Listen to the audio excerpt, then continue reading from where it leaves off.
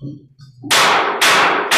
Justices of the Appellate Division Court Department, hearing. All persons having business to do before this court will draw near, give their attendance, and they shall be heard. Good morning, everyone. The first case for oral argument is 364 People v. Christopher Brown.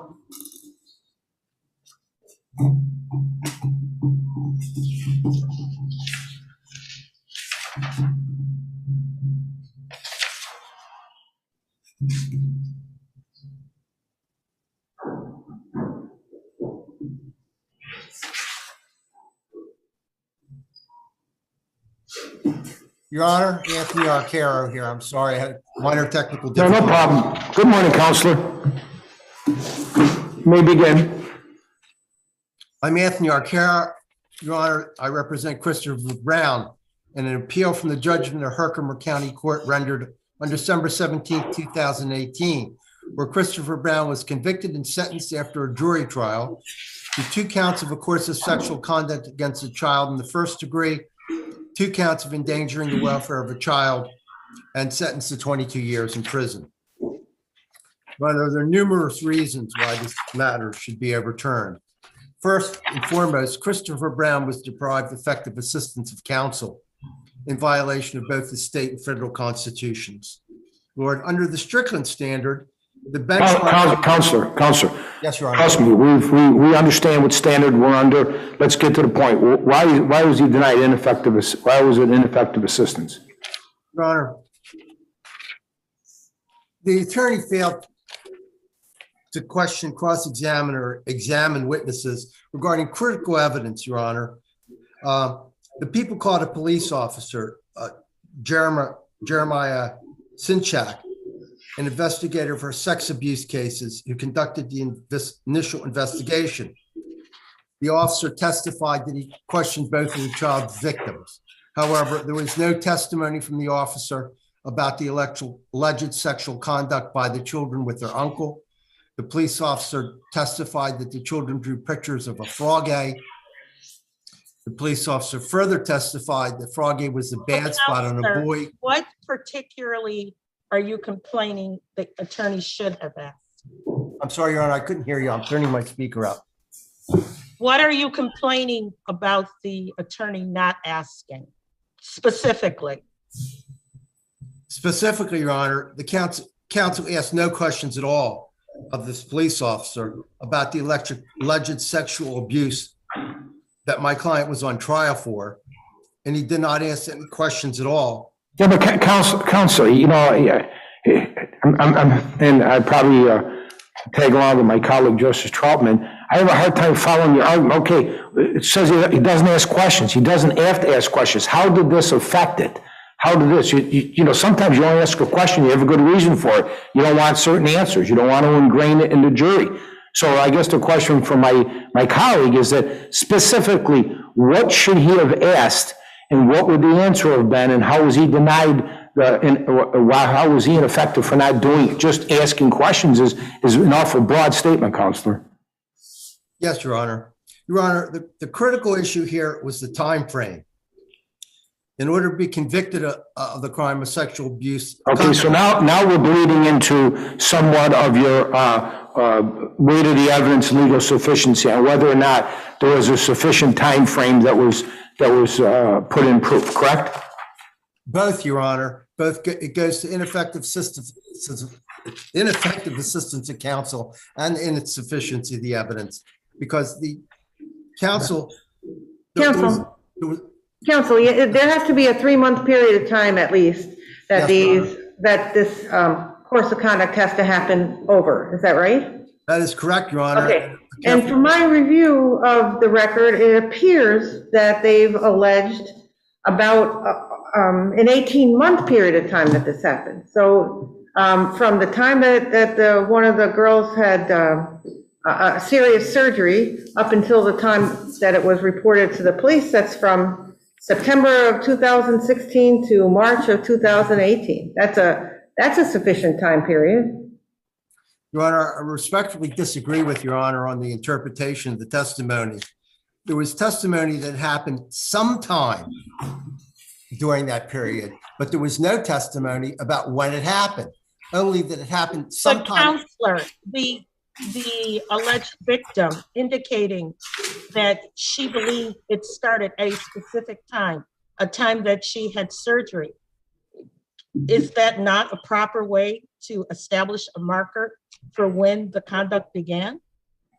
Your Honor, my reading of the record is the child said it happened sometime after that and sometime before March 31st, 2018. But there was no period of time established, Your Honor, only that it happened after that time and before March 18th. There was no testimony. There's nothing in the record that establishes the 3-month period, only that it happened sometime, okay?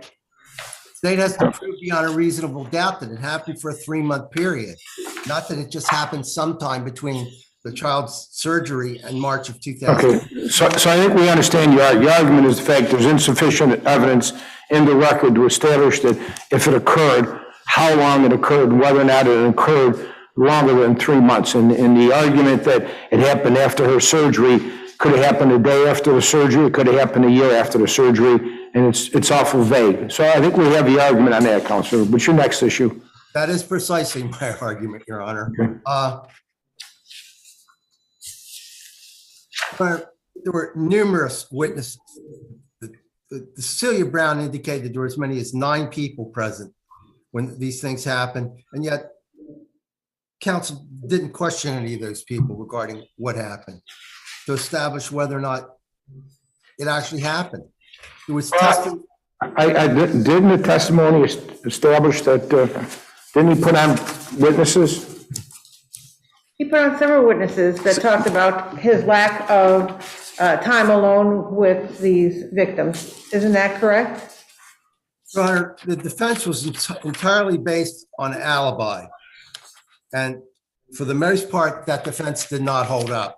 The witnesses were impeached, or the witnesses weren't credible. But counsel, so what you're arguing is there was no strategic reason for the attorney to present things in the way that he did, and that made him ineffective.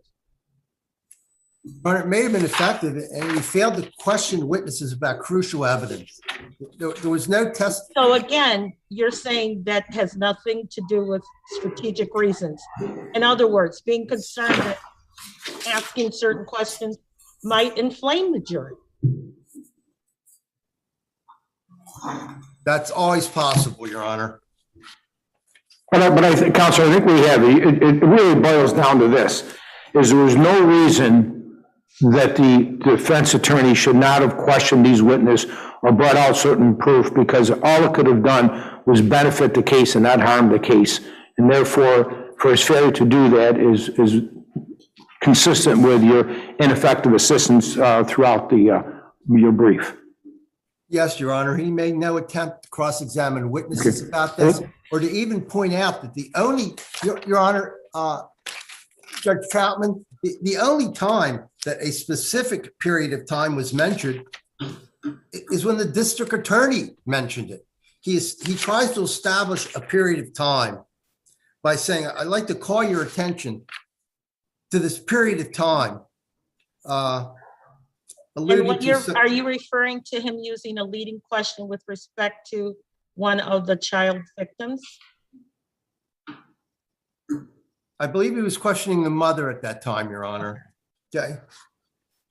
The only instance a period of time of more than 3 months is mentioned is by the district attorney. Okay, it's not in evidence. He says, okay, during that time period I'm alluding to, and he says September 20th, 2016 to March 31, 2018. Okay. Your Honor, there was no objection where the district attorney was clearly testifying. He was referencing something that was not in evidence at that time, trying to establish a time period when in fact there was no evidence to substantiate it. So, Counselor, I think what we have to do is this. We have to take a look into whether there's a fair reading of the children's testimony and whether or not they've established a time frame. So we'll take a look at the time frame, Counselor. Your Honor, and that goes to the insufficiency of the evidence. Yep. Because that is the crucial issue, Your Honor. That is. I agree with you. I mean, I agree. It boils down to, for the sufficiency of the weight of the evidence. If they fail to establish the because obviously the time frame is not preserved on the legal sufficiency, but we'll look at it as to the weight. Yes, Your Honor. Okay? Okay. And that is the crux of this case. If the state cannot establish the time period beyond a reasonable doubt, then there can be no conviction. Okay, for thank you, course of Counselor. sexual conduct. Thank you. Counselor? Good morning, Your Honors. May it please the court, Michael Johnson, Herkimer County District Attorney's Office for the People. I'd just like to address briefly the ineffective assistance counsel argument. I think there was a clear strategy by defense counsel here, and that was to attack the veracity of the child witnesses. He cross-examined them. He impeached Giovanna's testimony with grand jury testimony that was seemingly different. So, and he, in his opening and in his closing, he addressed the veracity of those witnesses. So I think there was a clear strategy. As to his motivations for not calling these witnesses who may or may not have been present, if they were anything like the witnesses that he did call, I would venture to say that they would all be consistent in saying that they were there the whole time. They never saw anything inappropriate. And, you know, I think it probably would have been cumulative to his case. So, but again, I think there's not enough in the record to judge. But what about this time frame? Well, the time frame, Judge, is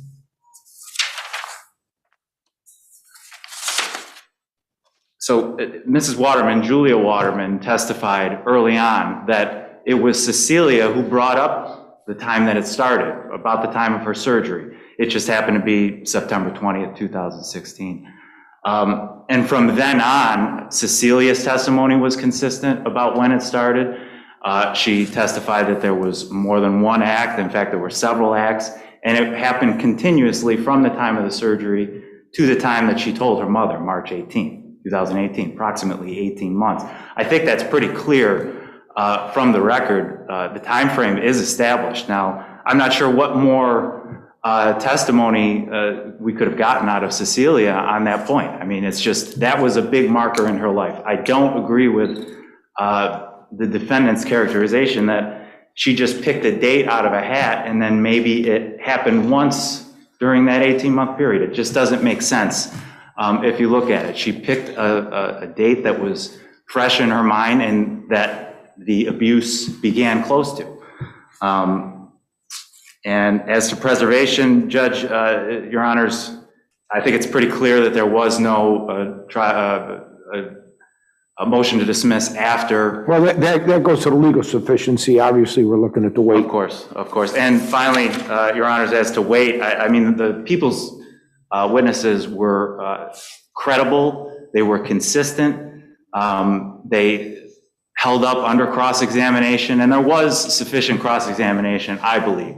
It was defense counsel's strategy to cross-examine in that way. When you're dealing with child witnesses, I think it's very difficult to be on that side and cross-examine in a very tough way. So I think he made the decision to do it how he did it. And, you know, the result was the result. But the defense witnesses, in contrast, were, in our opinion, totally incredible. I mean, their stories were that they never left the defendant but for maybe an hour or two during the day in this whole 18-month period. I found it very incredible. I think the jury found it very incredible, and hence the result. If there are no other questions, I'll rest on my brief. Thank you, Counselor. Thank you, sir. 365, People v. Brown.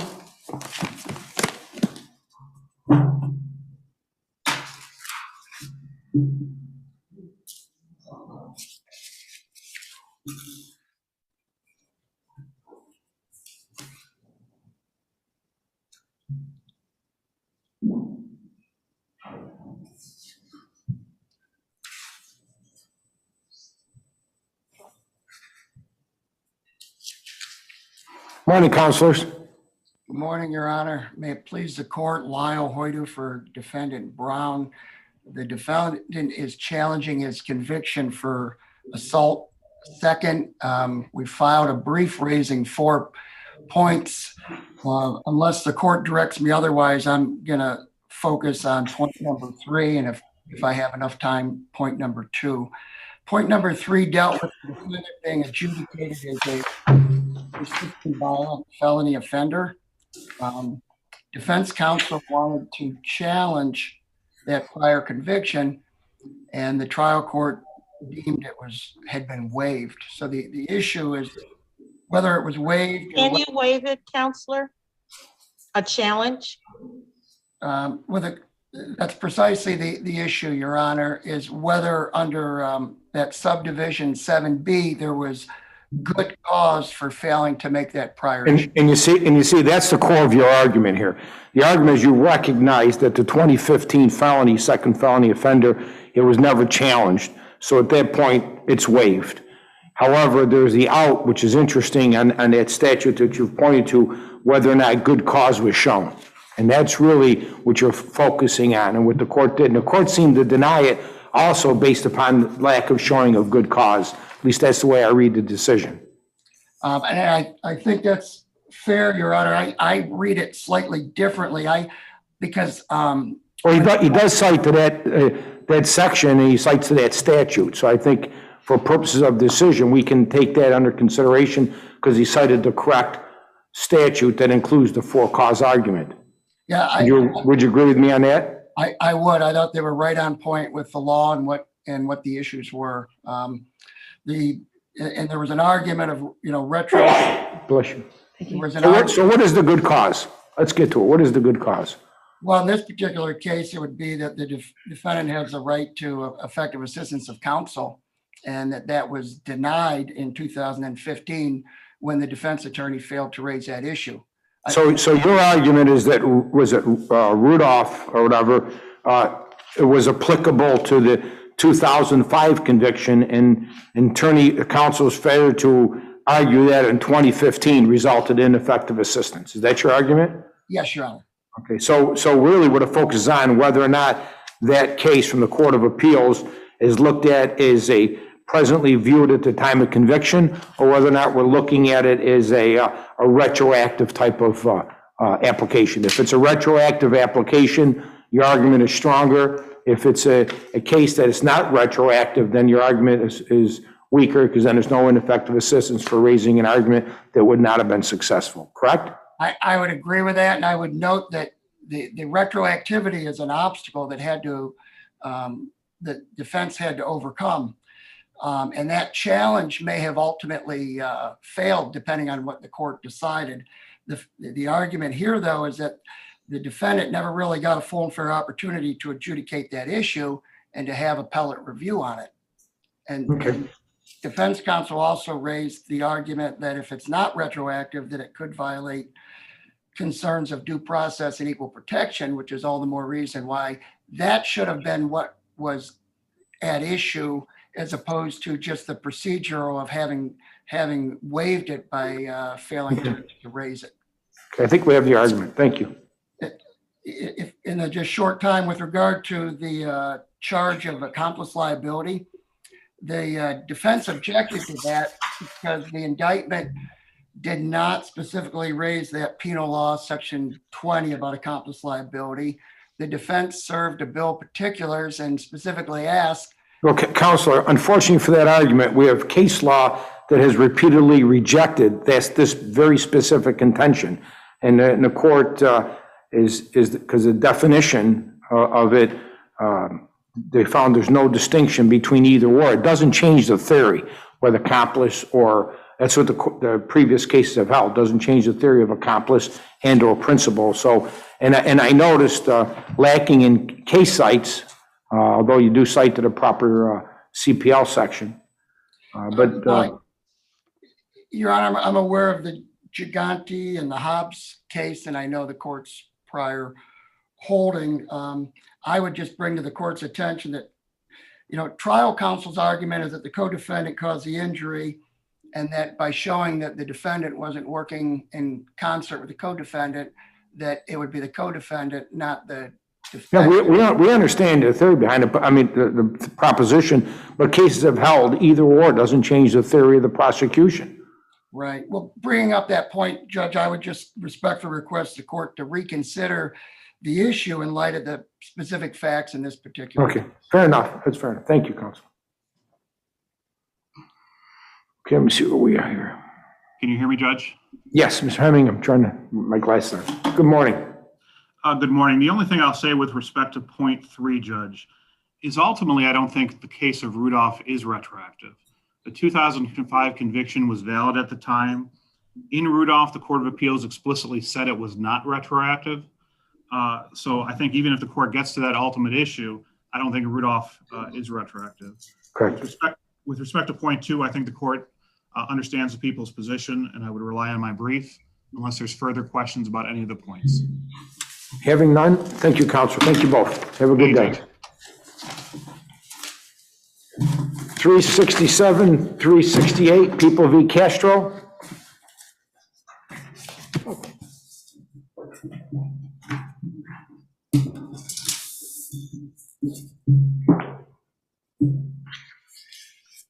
Morning, Counselor.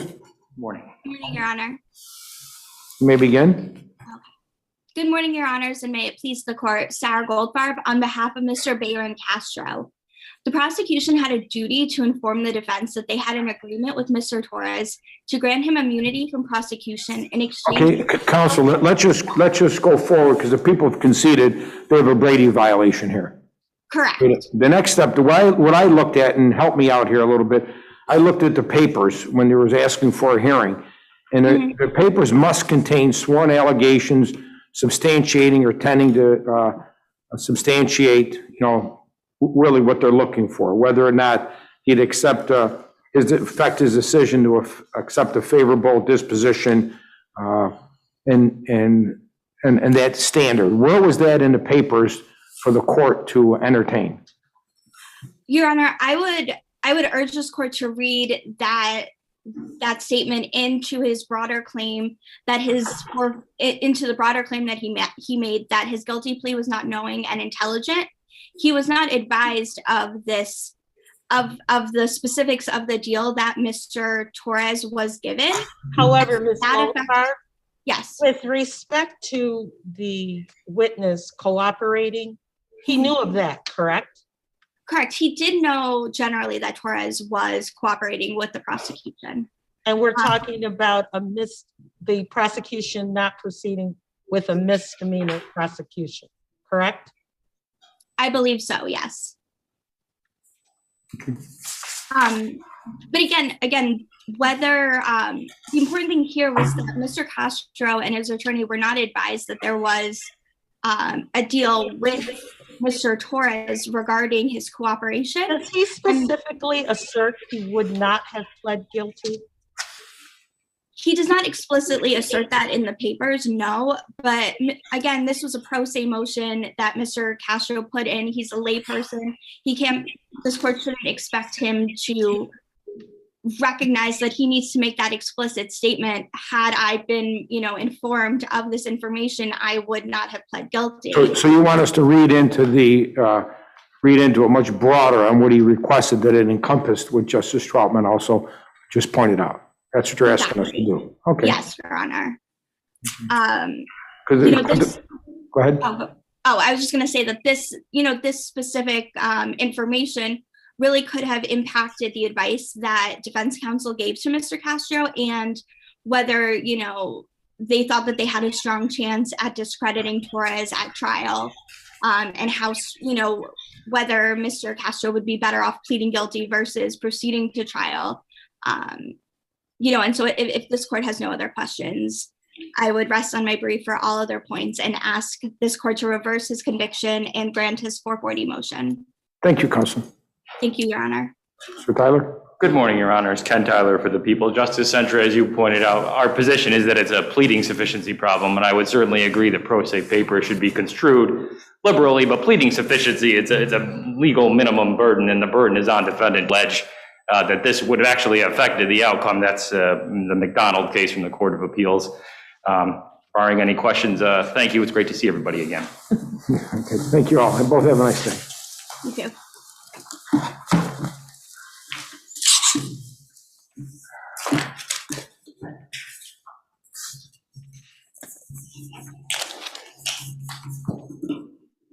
.369 People v. Malone.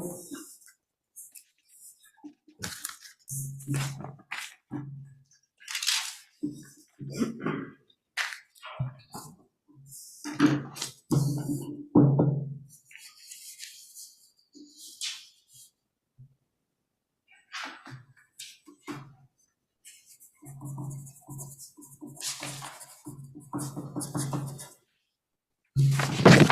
morning, counselors. Good morning, Your Honor. May it please the court, today I'd like to focus briefly on point 1 in the brief as it pertains to the weight of the evidence.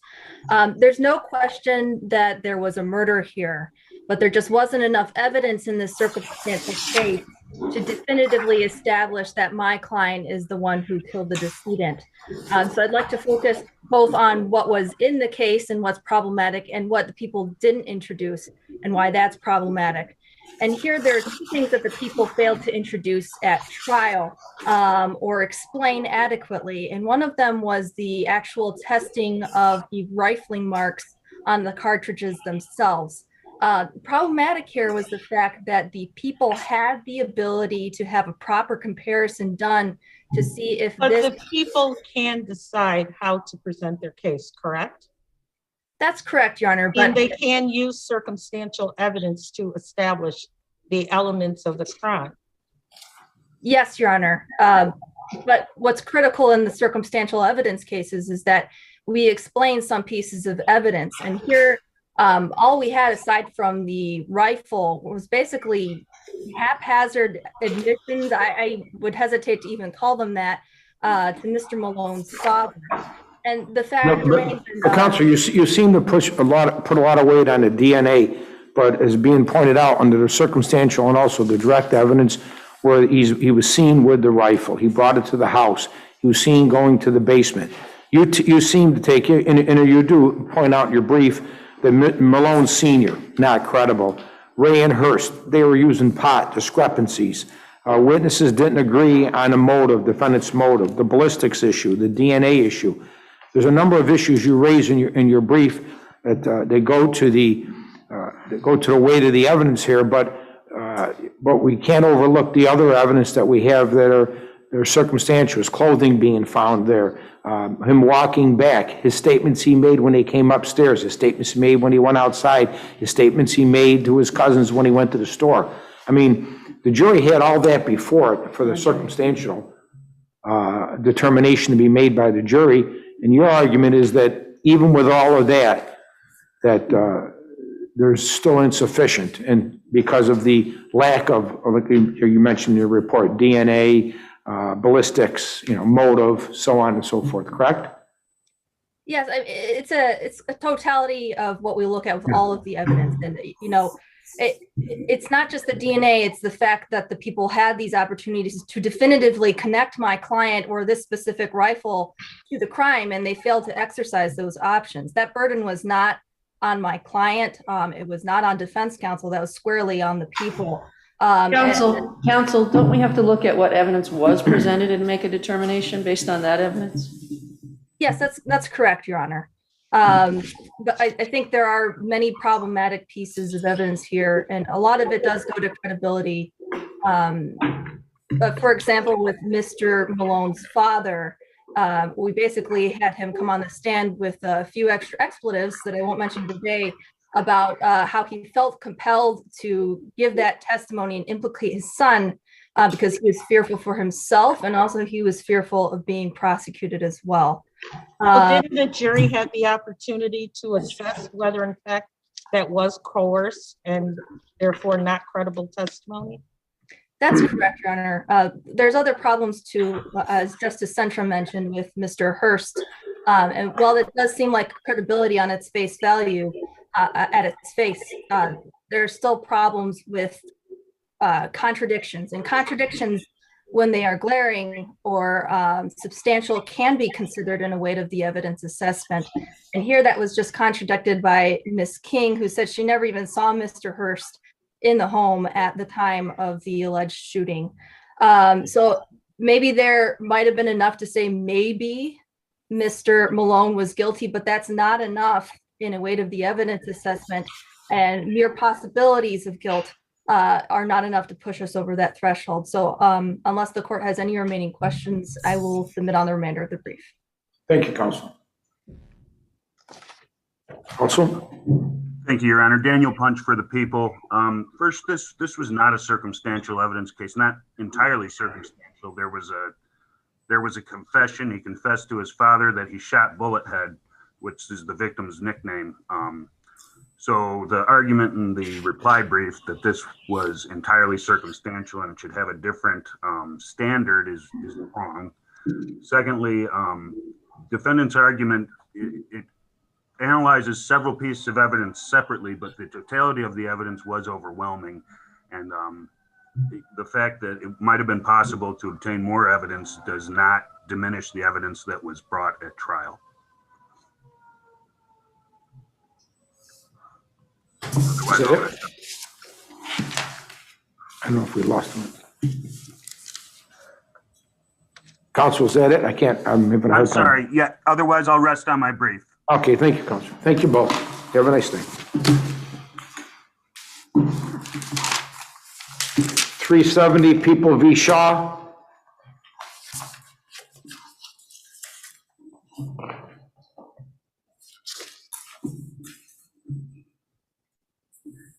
Good morning, Counselor. Good morning, Your Honors. May it please the Court, Allison Kale-Wersbowski on behalf of Justin Shaw.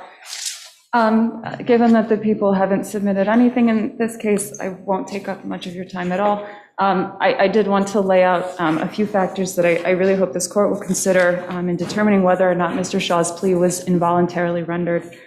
And it has to do with the set of circumstances that happened on the day that he came and pled guilty. You mean the coerciveness? Yes, Okay, particularly. let me, this is a fundamental question. Was there any motion, is the issue preserved? I guess is the issue. Any motion to withdraw? No, Your Honor, Mr. Shaw did not file a motion to withdraw. It's my contention, however, that doing so in this circumstance would not have helped him at all, because if it's a threat, the threat would still stand regardless. He could still have stood. Fair enough. Yeah. So just particularly on that day, Mr. Shaw appears and requests different defense counsel, and he also requests that he wants to go to trial. The Court makes no inquiry regarding the request for counsel and says, well, we'll assign the public defender's office if you can go to trial next week, if they are ready. The public defender says, we're not ready. The ADA says they're not ready. We can give them more time. And at that time, the Court and the clerk both say, well, there is no more time. Effectively, our calendar. Counselor, are you arguing that the Court was insistent upon going to trial, whether counsel that the defendant was given was ready or not? And then you combine that with the possibility of 149 years the Court tells the defendant is facing? Yes, Your Honor, it's all of that. So initially he says, I want new counsel.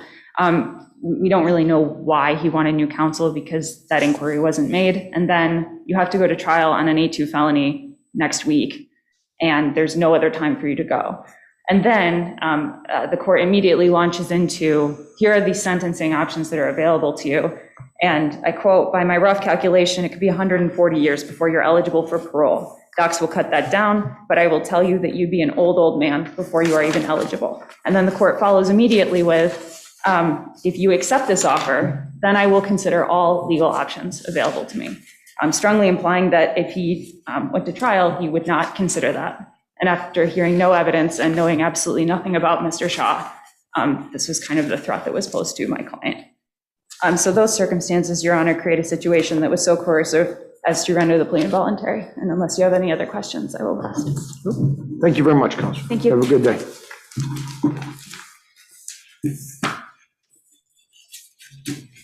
$371, it's submitted. Next case would be Wentworth, 373, Wentworth v. Erie Insurance Company.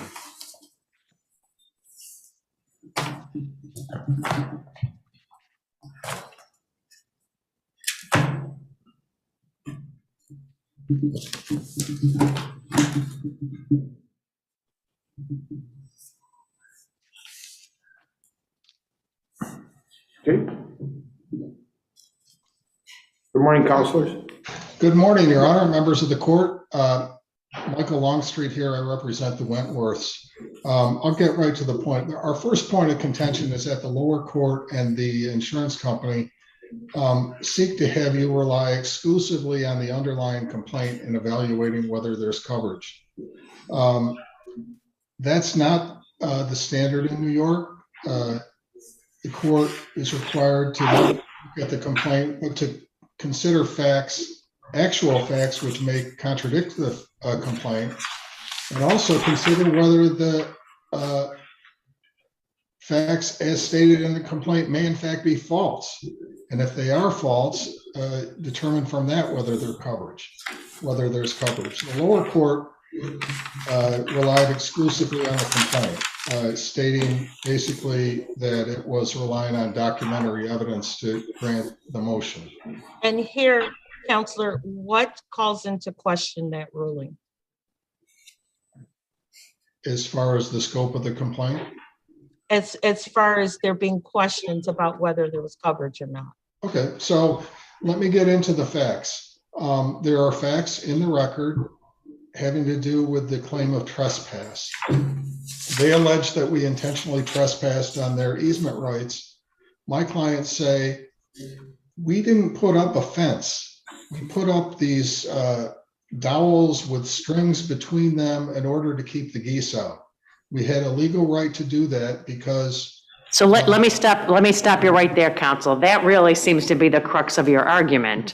The crux of your argument is that while the conduct that your clients engaged in was intentional conduct, I believe your argument is that they thought they had a right to do everything that they were doing because they did not think that they were interfering with a property right of the plaintiff. Yeah, it's an intentional act with an unintended result. It's like I have this come up all the time. People come to me, somebody chopped a tree down on their property by mistake.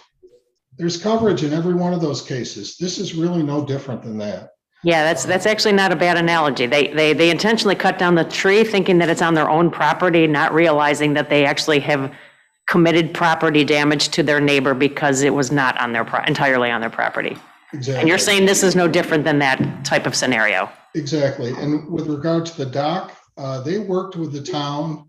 I know we lost here in the appellate division before on the easement right, but they were working with the town of Webb building inspector who said, basically, they don't have any rights. This is an illegal easement, blah, blah, blah. It turned out to be wrong.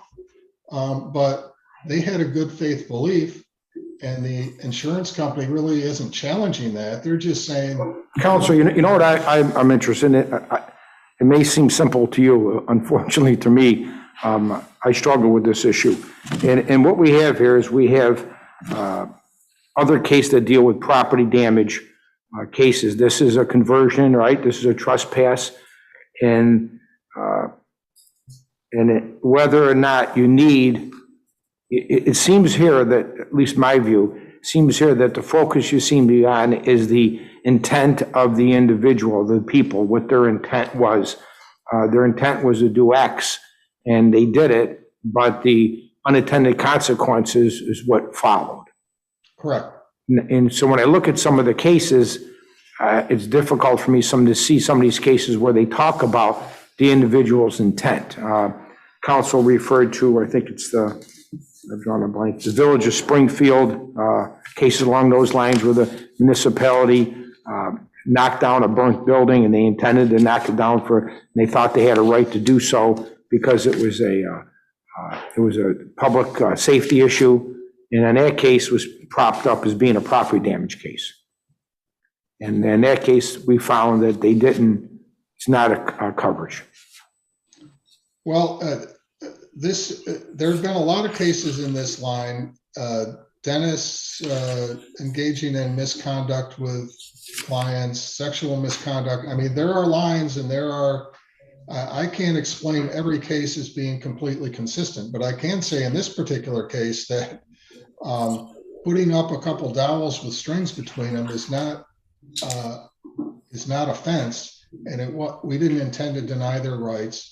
And working, and the other part about the dock here is that the prior owner made a title insurance claim because they knew about the easement right in their deed. Yeah, no, Counselor, not to cut you off. We're familiar with the facts. I mean, that goes to bode well towards, once again, we're going back to the men's race, so to speak, the intent of your client, that they had a good faith belief that they had a right to do what they did. Now, the question I have is that when we view these cases, do we view it as to what belief the plaintiff had at the time, and or as opposed to their conduct? Because there's no dispute, they did what they did. And, whether it be putting a fence up or whatever you want to call it, or taking the dock down, they intentionally did that. The question becomes, is you're saying they did it thinking they owned it, had a good reason to believe they owned it, and the unintended consequences were the result of what they did. So I'm just wondering whether or not is that the standard? And are we dealing with unintentional torts as opposed to intentional torts? Well, I think the cases that really struggle about this talk about you have to assess the intent, and it can't just be something made up. I mean, it has to be reasonable and realistic and fit with the whole scheme. And so the close cases, I think that's really where the courts focus. I don't think this is a close case. I mean, this one, you can't just rely on the complaint. You have to look at what really happened. And fair enough. We ask that you reverse it. Thank you, Counselor. Counselor, good morning. Good morning, Your Honors. Myrna Santiago on behalf of Erie Insurance Company. This case is really not about what the insurance should cover, which is what the appellants have repeatedly said, but what it actually does cover. The insurance agreement for the liability portion of the Erie Home Protector policy issued to George and Jane Wentworth states that Erie will pay all sums that the policyholder becomes legally responsible for because of damages, property damage, resulting from an occurrence during the policy period. Erie will only pay for damages that are covered by the policy. The policy defines occurrence as an accident. It's right there in the insuring agreement, including continuous or repeated exposure. Counselor, can an accidental damage result from intentional conduct? Yes, Your Honor, and we do address that in the brief as well, that there can be intentional acts that result in accidental damage. When you look at the issues in this case, though, including the record on appeal, there was no mistake and there was no accidental damage. What was intended is what actually happened. I think the question is whether they intended to. There's no question that they intended to accomplish what they accomplished. Mm-hmm. But I think that there's a question as to whether they intended to damage the plaintiff's property, whether they knew. They take the position that they had a reasonable belief that the plaintiff did not have a property interest. So it seems reasonable to conclude that there's at least a question as to whether they intended to damage a property right. Well, can I just address both questions in one? Sure. As to what the standard is, the laws in New York, the common law is that questions of coverage based on a policy are questions of law, not fact. So it is that you have to take the allegations in the complaint and compare them to the terms of the policy. In this complaint, the plaintiffs alleged, I didn't think they had any interest or right, and I acted based upon same. Yes, Your Honor. But if you look at the counterclaim, which is what we're comparing, the counterclaim are the claims of the claimant, and she does not at all address or talk about anything that is a mistake or not intentional conduct. In fact, if you look at what is alleged, after feuding for the better part of a year, the plaintiffs, Jane and George Wentworth, did what they intended to do, which was to extinguish Miss Atwell's right to that easement. And the only way they could do that was to remove the dock, which is what was really part of the easement. So what they did was they destroyed the dock, they moved it outside of the parameters of the easement.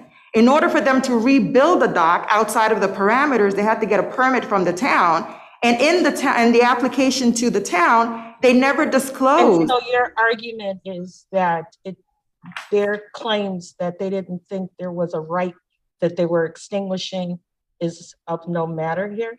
What I'm saying is that it's a misrepresentation because based on their actions, they were well aware that there was a claim by Ms. Atwell to an easement. And when you're looking at a 3211, can you still say that? Well, we have one particular case that talks about, it's a federal case. That's a case involving Judge Sharp. But in that case, and this is where I think it's distinguishable, where you have to make the argument, is on that case, the court found that they were aware of the easement and then their conduct in and of itself, therefore they weren't covered. Okay, and here, so really what we're going back to, Justice Peridotto, originally, one of my colleagues alluded to, is that if they were aware of the easement, you may have a different analysis. If their claim is that they were unaware of the easement and thought that they owned it, it's a different analysis. Do you agree with that? I would agree with that to the extent that they were aware, though, that there was I'm just saying, do you think there's a distinction between the two? And then the question I have, and maybe this is off track, is there a distinction between an intentional tort and an unintentional tort? There is. Because we're dealing with conversion or trespass. Are they both intentional torts? Well, by way of example, I think one of you had mentioned about a tree. You chop down a tree, you think it's on your property and it causes damage. In that particular case, yes, the insurance company would provide coverage because it's a mistake. Here, there is no proof that there are any mistakes that were being made by the Wentworth. They wanted to extinguish Ms. Atwell's right to that easement because it was being disputed for a good part of a year. And that's what they accomplished by destroying the dock and then moving it outside of the parameters of the easement and then throwing up a barrier to discourage her from going to that So easement. you're saying there's no question of fact in the record that they were aware of the existence of the easement and intentionally did what they did? What I'm saying. And it seems that down below, the court must have agreed with you. What I'm saying, Your Honor, is that the pleadings of the counterclaim have to be taken as true because it's a matter of law as to what's covered by the policy. And if the pleadings are true, there is no question in the pleadings that there was no mistake. It was all intentional acts. You have to compare the language in the pleadings, the four corners of the complaint. I understand it. Listen, as pointed out, we understand that they did what they did. Obviously, they're intentional. You go out, you take a dock out, you intentionally took a dock out. It doesn't let you started a fire and you burned your neighbor's house down. It's a little different scenario. The question becomes is whether or not they thought that they owned the property and they didn't own the property. And you're making, when you look at the counterclaims, your argument is counterclaims specifically make certain allegations, they're insufficient, and that the proof establishes that they were aware of at least the existence of a controverted easement. Yes, Your Honor. Our position is that they were well aware that there was a claim to an easement by the neighbor, and therefore the argument that, oh, we thought it was our property and we destroyed it is not a proper argument. Fair enough. Thank you, Counsel. Thank you. Thank you, sir. Thank you. Good day. Have a good afternoon, good morning. Okay. 374 Julius v. County of Erie.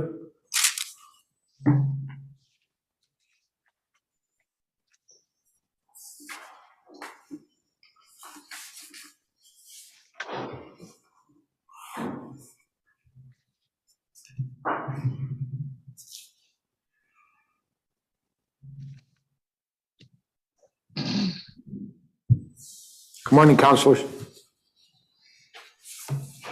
You got them both on there, correct? They're both on mute. Okay, yeah. Oh, there we go. You got mute? Okay, we're all set here. Let me see what we got here, 74. Okay, you may begin, Counsel. Good morning, Your Honors. May it please the court, Ed Markarian for the plaintiffs. Your Honors, counties, not sheriffs, are responsible for maintaining county jails. Plaintiff's action arises out of negligent maintenance of the county jail performed by county maintenance workers, not sheriff's deputies. And so the proper defendant here is the county, and that's who plaintiff brought the action against. And the court below erred in holding that the proper defendant should have been the sheriff. and that requires reversal. Your Honors, the starting point is County Law Section 217, which says that the counties shall maintain jails. And the Court of Appeals considered County Law 217 in the Dugan case. In Dugan, there was water on the floor, and the Court of Appeals said, well, the county can be liable for that. Here we have more than water on the floor. We have the maintenance workers who are not sheriff's deputies, they're maintenance workers. And they're dumping And so, large. Counselor, you're arguing here, there's no question who engaged in the conduct here that caused damage to the plaintiffs. It was not a sheriff, it was maintenance, and maintenance equals liability on the part of the county. That's correct, Your Honor. That's correct. And it's a county function, not just of the maintenance workers. That just amplifies the fact that this was a maintenance function. It was performed by the maintenance staff. But maintenance of the jail generally is the county's responsibility. And so you argue it's of no moment that it's a jail because the function belongs to the county. Correct, Your Honor. Correct. This court recognized that in the Freeland case, noting the difference in the duties, that the county has a duty to maintain the jail, whereas the sheriff's obligations are to safely receive and keep the prisoners. That's not what we have here. The Rufo case from the 3rd Department is the same. And I'd like to distinguish the case that the court below relied upon and which the county is relying upon. And Metcalf, yeah, Metcalf is different. Metcalf, we're dealing with a duty to supervise and train sheriff's deputies, rests with the sheriff. I mean, so that's not dealing with, yeah, we recognize that. So the other case I'd like to discuss, Your Honor, is the Snyder case, because really that's the case that the county emphasized below, and they argue it again on this appeal. And there's language in Snyder that if you look at, it makes you scratch your head. Of course, that came before the Freeland case, but if you peel back Snyder, and there's 2 ways to peel it back. First, just on its face, Snyder is just a statute of limitations case. The only party in Snyder was the sheriff. There's no discussion of county responsibility. There's no discussion of County Law 217. And then in preparing for argument, Your Honors, I pulled up Snyder again. And once in a while, I wish it were more often, but Westlaw will let me see the appellate division briefs, and they're available on Snyder. Of course, you have them. It's a full department case, and you'll have your reports on it. But I find it very helpful because it showed in Snyder there were actually 2 lawsuits. The first lawsuit was against the county of Livingston, and the second lawsuit was against the sheriff. And only the second lawsuit came before this court. In the first lawsuit, the county moved to dismiss on the ground that it's not liable for maintaining the jail. And when the county made that motion, the plaintiff's attorney responded by, and he sued the sheriff. And this court only considered that second lawsuit, and only on the ground whether the claim against the sheriff was time barred. That was all that was considered. But what I can see from the appellate division briefs in Snyder is very important, because that's that first lawsuit that's like our case here. And in that first lawsuit against the county, as it turned out, the motion court in that case eventually said, no, the county is the responsible party, and held the county in. And I can't find any appeal taken by the county of Livingston in that case. And that's the case that controls here, and the motion court in Snyder correctly analyzed the issue. Just briefly, because this is an appeal from a final order, the defendant can and has argued alternative grounds for affirmance. I'd like to briefly address those. One, they argue that negligent maintenance was not pleaded. When they made that argument, they only looked at the bill of particulars, which amplified the complaint. The complaint is explicit that the county was being sued for negligent maintenance. So that was their first alternative argument. Their second alternative argument was the plaintiff was not injured, and that's a question of fact. There's ample medical in the record, but I'd just like to draw the distinction between the defendant's expert and his conclusion. He happens to refer to an IME doctor's report of Dr. Knopf, who was the independent medical doctor for workers' comp.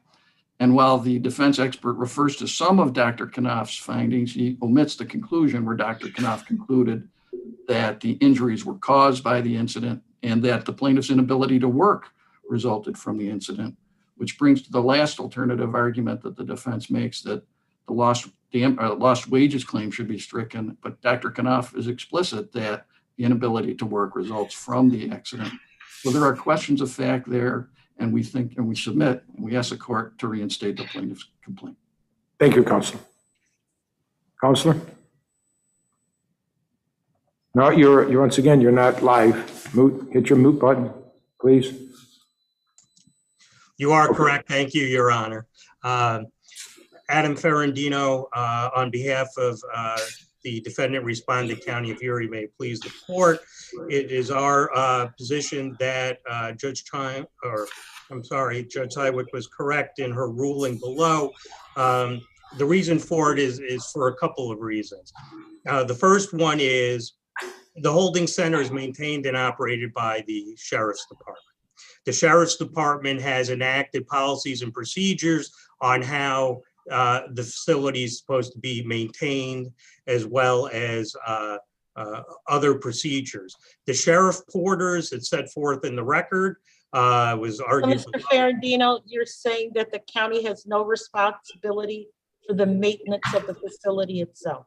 I'm saying, Your Honor, Troutman, that the county has responsibilities, but it has to do with the actual physical nature of the building. And if you look at the cases that are cited by plaintiff's attorney, which he just discussed, it says exactly that. If you look at the Dugan case, if you look at the dissent, which the plaintiff's attorney spends a lot of time discussing, I'm going to quote it. While it appears from discovery that the wet condition which caused plaintiff's fall resulted from the sheriff's deputies hosing down his cell, that is not the act which plaintiff alleges is negligent. If you look at the fact of this case, that's exactly, forget the status of the person, but that's exactly what they're alleging was negligence, that this bucket of waste was thrown down to go down the drain and allegedly caused injury to the plaintiff.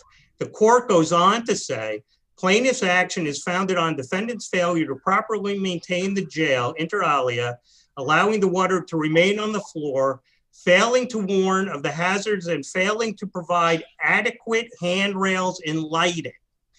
Adequate handrails and lighting has to do with the physical building itself, which is what the county is required to provide.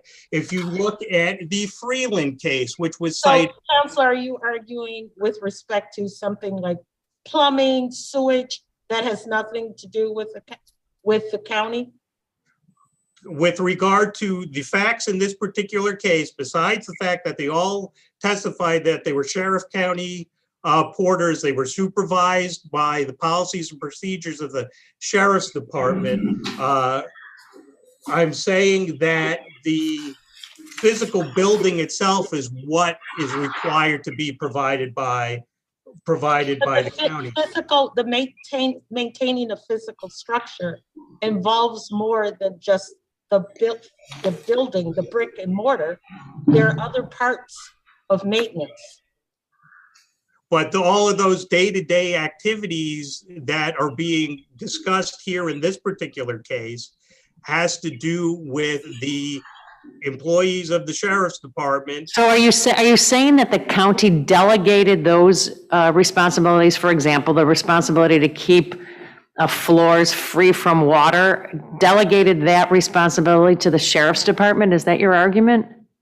The argument is that, and I think the funding argument is a red herring, because we all know that the Sheriff's Department does not do any fundraising on its own.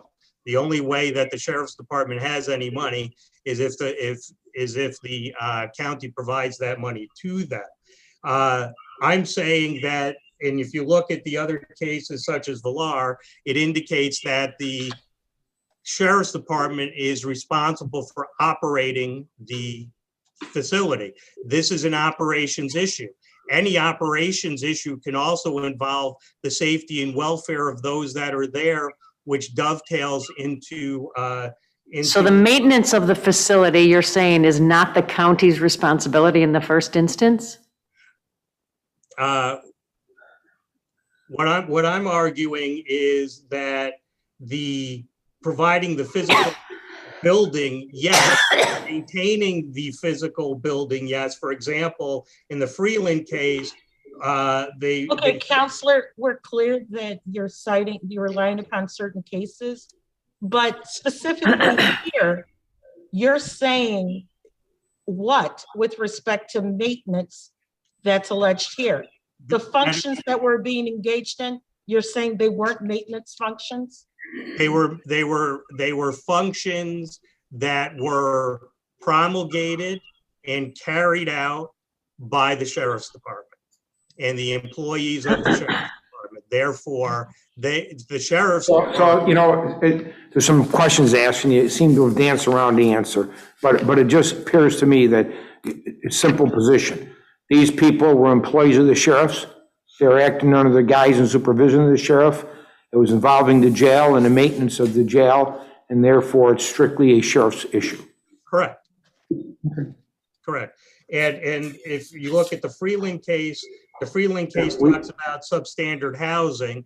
That's the physical building. If you look at Burke, which is what was cited to by the plaintiff, that involves a case whether or not security cameras were positioned in the right place and whether or not they were operational on the day of the incident. But those are in reference to the safety of the prisoners. Those refer back to the prisoners and the jail staff. When we're talking about materials being dumped out in a parking lot, hard time to see how that refers to the safety of the prisoners or the receiving and safekeeping of the prisoners. Well, it has to do, Your Honor, with the fact that the reason why the gentleman was there that day was he was there that day by the invitation of the Sheriff's Department to make whatever delays and provide whatever services he had to provide that day. So with respect to our arguments, Your Honors, and I won't go into the other arguments with regard to the alleged injuries and causation. Yeah, the alternative, we have that argument, Counsel. Right, and the court below didn't rule on those anyway. So we rest our. Thank you, Counsel. Thank you both. Have a good morning.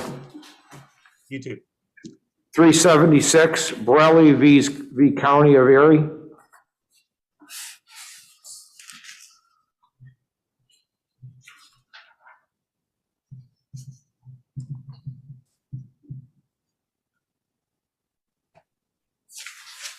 Good morning, Your Honors. Good morning, Counsel. We'll wait for Mr. Collins. Okay. You may begin, Counselor. Thank you. May it please the court and counsel, Aaron Molisani, appearing on behalf of the County of Erie and the Erie County Department of Buildings and Grounds. Claimant here in this case has conceded that there was no reasonable excuse for the delay in serving a timely notice of claim and that there was no actual notice given to the county. So the only other criterion that is contemplated by General Municipal Law, Section 50E5, is the question of substantial prejudice to the county. As I argued to the lower court and as I submit to you, this was the claimant's burden to show a lack of prejudice to the county. His position to the Supreme Court was that there was no prejudice because the county was given actual notice on the day of the accident. And that was— Counselor, here, the accident occurred in a county building, correct? It's my understanding it was outside a county building, correct? But the people that the plaintiff claims to have reported same to were not county employees. They were court employees, correct? That's correct. State of New York employees. Yes, Your Honor. And you're saying that's not therefore notice to your clients? Correct.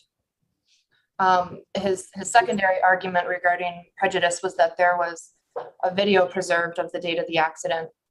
And he argued that the fact— And I find that interesting. As of now, obviously, in the record, we don't have a video. Correct, Your Honor. And I think if there was a video, the burden on that would be much easier for the plaintiff, and you'd be in a much more difficult situation to defend against that.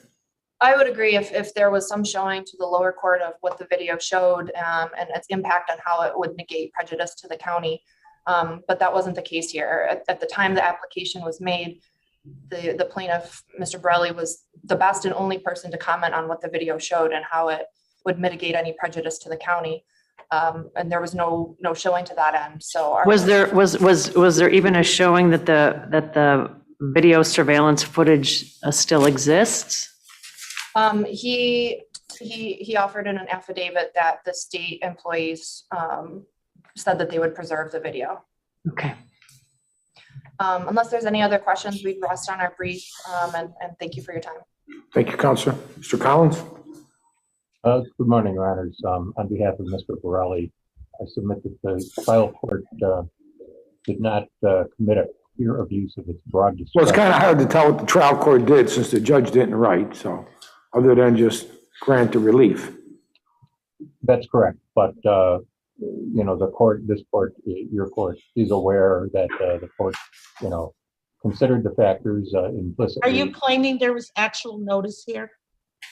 No longer, Your Honor, because the county did establish that the employee, the guards, security personnel to whom Mr. Borelli reported this were Office of Court Administration or, you know, other state employees rather than county. What about the claim of prejudice and the suggestion that there's a video that's not here for even us to see?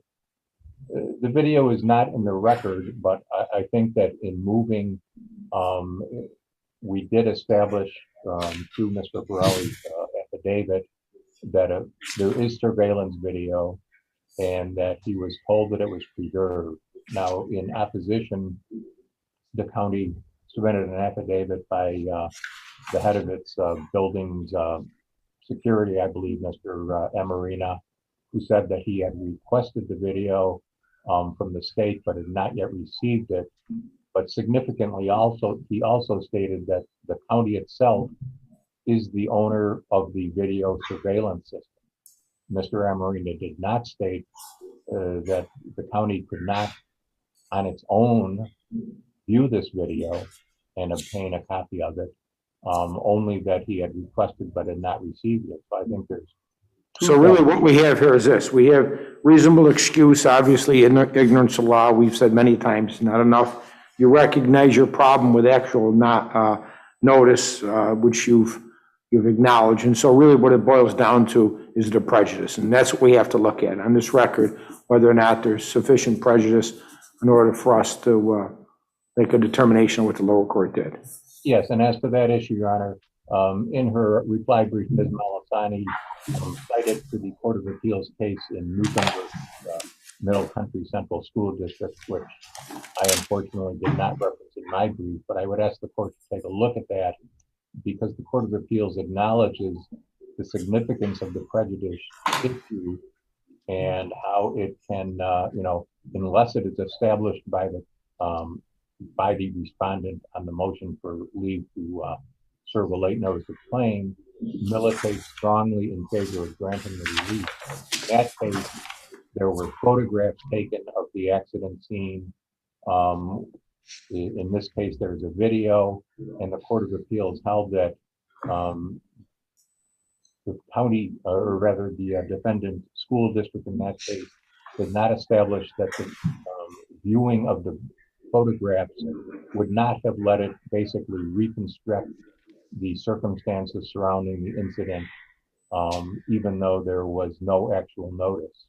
Here, similarly, as the county admitted, both in, you know, at the oral argument right now, one of the factors that plaintiff, or rather claimant, submitted in support of his contention that there was no undue prejudice was the existence of this video. And as the Court of Appeals recognized in the Newcomb case, once that, you know, relatively low threshold bar has been crossed by the claimant, it's up to the county to show that notwithstanding the existence of such evidence, it would sustain prejudice because it couldn't reconstruct it, the situation and circumstances that existed, or perhaps couldn't find witnesses.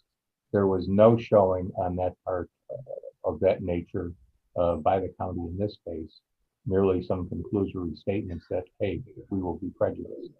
I submit that under the Newcomb case cited by the county itself, that is insufficient to show prejudice, and that given that insufficiency of the county showing, there was no clear abuse of the trial court's broad discretion in granting relief here. Thank you. Thank you, Counsel. Thank you. 377 PV United Health Services, her system.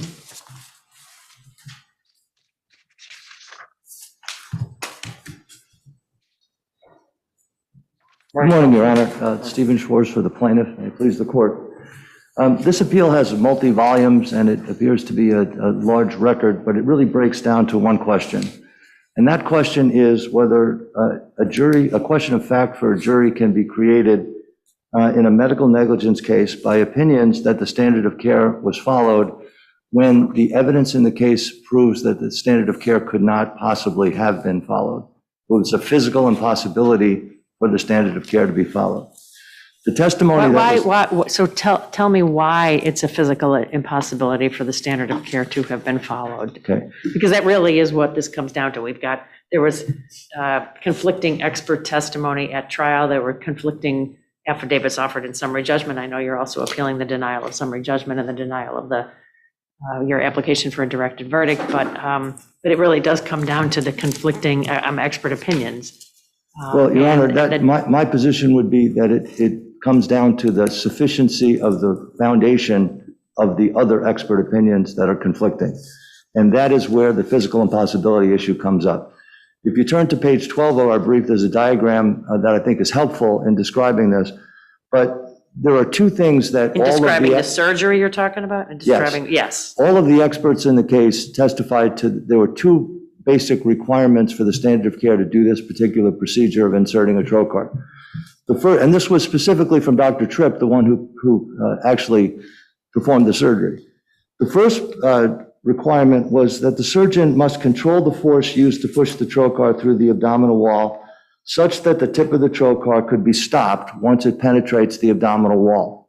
And Dr. Tripp said that the goal is to have it penetrate only about an inch into the abdomen, and it is the surgeon's responsibility to control the speed with which it's inserted. But wasn't there also proof testimony from, I think it's Dr. Shirali, that if the surgeon experienced some resistance, that it was perfectly acceptable, it was within the accepted standard of care to exert a little more pressure, and that sometimes when that happened, that there would be the type of slippage that they say occurred here. Yeah, so that's the hypothetical that's not in any way supported by any of the facts in the record, Your Honor. So Dr. Shirali, who again wasn't a designated expert, but actually testified pursuant to this court's decision in the Andrew case, which I wish this court would look at, he said that he gave his testimony based upon only reading the operative note. So I'm going to read to you the operative note of what Dr. Tripp said about this incident. He said, at this point, the 5-millimeter periumbilical port was removed, and under direct visualization, a 12-millimeter port was inserted. Initially, some resistance was noted, so the incision on the skin was slightly enlarged. Again, an attempt to put in the 12-millimeter port was initiated, and the port went in easily. That's what Dr. Tripp wrote in the record. So Dr. Shirali's opinion that maybe he incurred resistance and therefore had to give more force is not supported by anything in the record. And Dr. Tripp testified at his deposition and at trial. And never mentioned that. Let me just, with respect to the lack of foundation for Dr. Shirali's opinion, was there an objection made? Was that argument preserved? Well, Your Honor, it was preserved from the standpoint that was the precise argument we made in our motion for a directed verdict. In other words, it wasn't the question that was asked that was objectionable. It was the fact that lacked foundation. So we argued in our motion for a directed verdict that there was no admissible opinion on the issue of medical negligence here, nor was there ever any disagreement as to the standard of care and that it couldn't have been followed. Dr. Tripp nor Dr. Shirali. You're talking about the motion to directed verdict that was made at the close of all of the proof? Yes. Okay. And Your Honor, in other words, the question is, do you have an opinion as to whether the standard of care was violated is not an objectionable question. The issue is the sufficiency of the foundation of the answer to that question. And that was raised on the directed verdict motion. It was also raised on the motion JNOV, that was an insufficient foundation for that opinion. So, Your Honor, I didn't finish my 2 points, but I'll say that the second point that is not in dispute as to what the standard of care required is that the surgeon should insert the trocar toward the feet of the patient and on the midline, for specifically to avoid the injury that occurred here. So even if they fail to do the first part, even if there is resistance and they push too hard, then this second safety precaution of having the angle of the trocar so that it can't possibly hit these vessels is the fail-safe that comes in. And I just want to point out too that, just for the court, the diagram on page 12 was not something we had put up together for the trial. This was off the internet for the standard reason that this complication occurs because doctors do what Dr. Tripp did. They inserted at the wrong angle and they inserted too far. Dr. Tripp admitted himself that he inserted the trocar 3 to 4 inches into the abdomen, not the 1 inch that he intended. He says that he intended it at 45 degrees, but the angle from where the insertion point was and where the injury occurred is closer to 90. So Dr. Tripp admitted that he violated the standard of care. Using the words, I believe that I followed the standard of care is an insufficient opinion to create a question of fact if the facts prove otherwise. And that's exactly what even going back to the summary judgment motion, the summary judgment redacted expert based his entire opinion on that Dr. Tripp did what Dr. Tripp said he did. But the facts prove that he couldn't have done that. So that opinion is insufficient. And Dr. Shirelli's opinion was based only on what I read you from the operative note. He admitted on cross-examination he never read Dr. Tripp's testimony of the details of how he performed this surgery. Dr. Shirelli testified he never intended to come as an expert. He was only there to answer questions. And he was substituted as an expert at the last minute, presumably because they couldn't find an expert who could justify this blatant malpractice. So the jury never should have been able to get to the point of deciding this question. The jury doesn't know whether this injury can occur or not without malpractice. This is not something in the kin of a jury. This requires expert proof. And there was no expert proof on the other side, so the jury never should have been presented with this question. Now, the other thing that is used as an attempt to justify this is, well, this is a complication of surgery. And that's true to a certain extent in certain circumstances. But I'll point out that when they cut off the wrong leg when they're doing amputation surgery, that's a complication of surgery too. Certain complications of surgery can only happen with negligence. The fact that they happen is a complication, but that doesn't go to why they happen. And I cross-examined both Dr. Shirelli and Dr. Tripp about first of all, they presented no literature support for their premise that this could happen without negligence. And I asked them, how could it happen without negligence? They gave several different scenarios where it could happen, none of which apply in this case. They just fall back on the statement, this is a known complication. And as I said, known complications can occur with negligence or without. And they said they had not done no research to find out how many of these known complications occurred with negligence or without negligence. In fact, it was all hearsay, basically, that they said they knew of these complications. They presented no scientific support for that. So this is really a very simple case. The court has to determine whether the standard that's been applied numerous times to plaintiffs on motions for summary judgment, that a detailed opinion has to be provided on standard of care, works the same way for defendants. In other words, can a defendant walk in, a defendant doctor walk in, or his colleague that is a co-worker and employee of the hospital that's being sued, walk in and just say standard of care?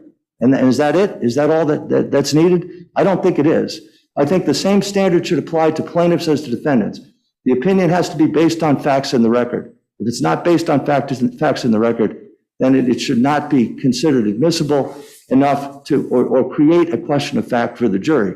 And this is true throughout the 3 steps that were taken that should have been granted the plaintiff, the partial summary judgment, a directed verdict, and finally J&OV.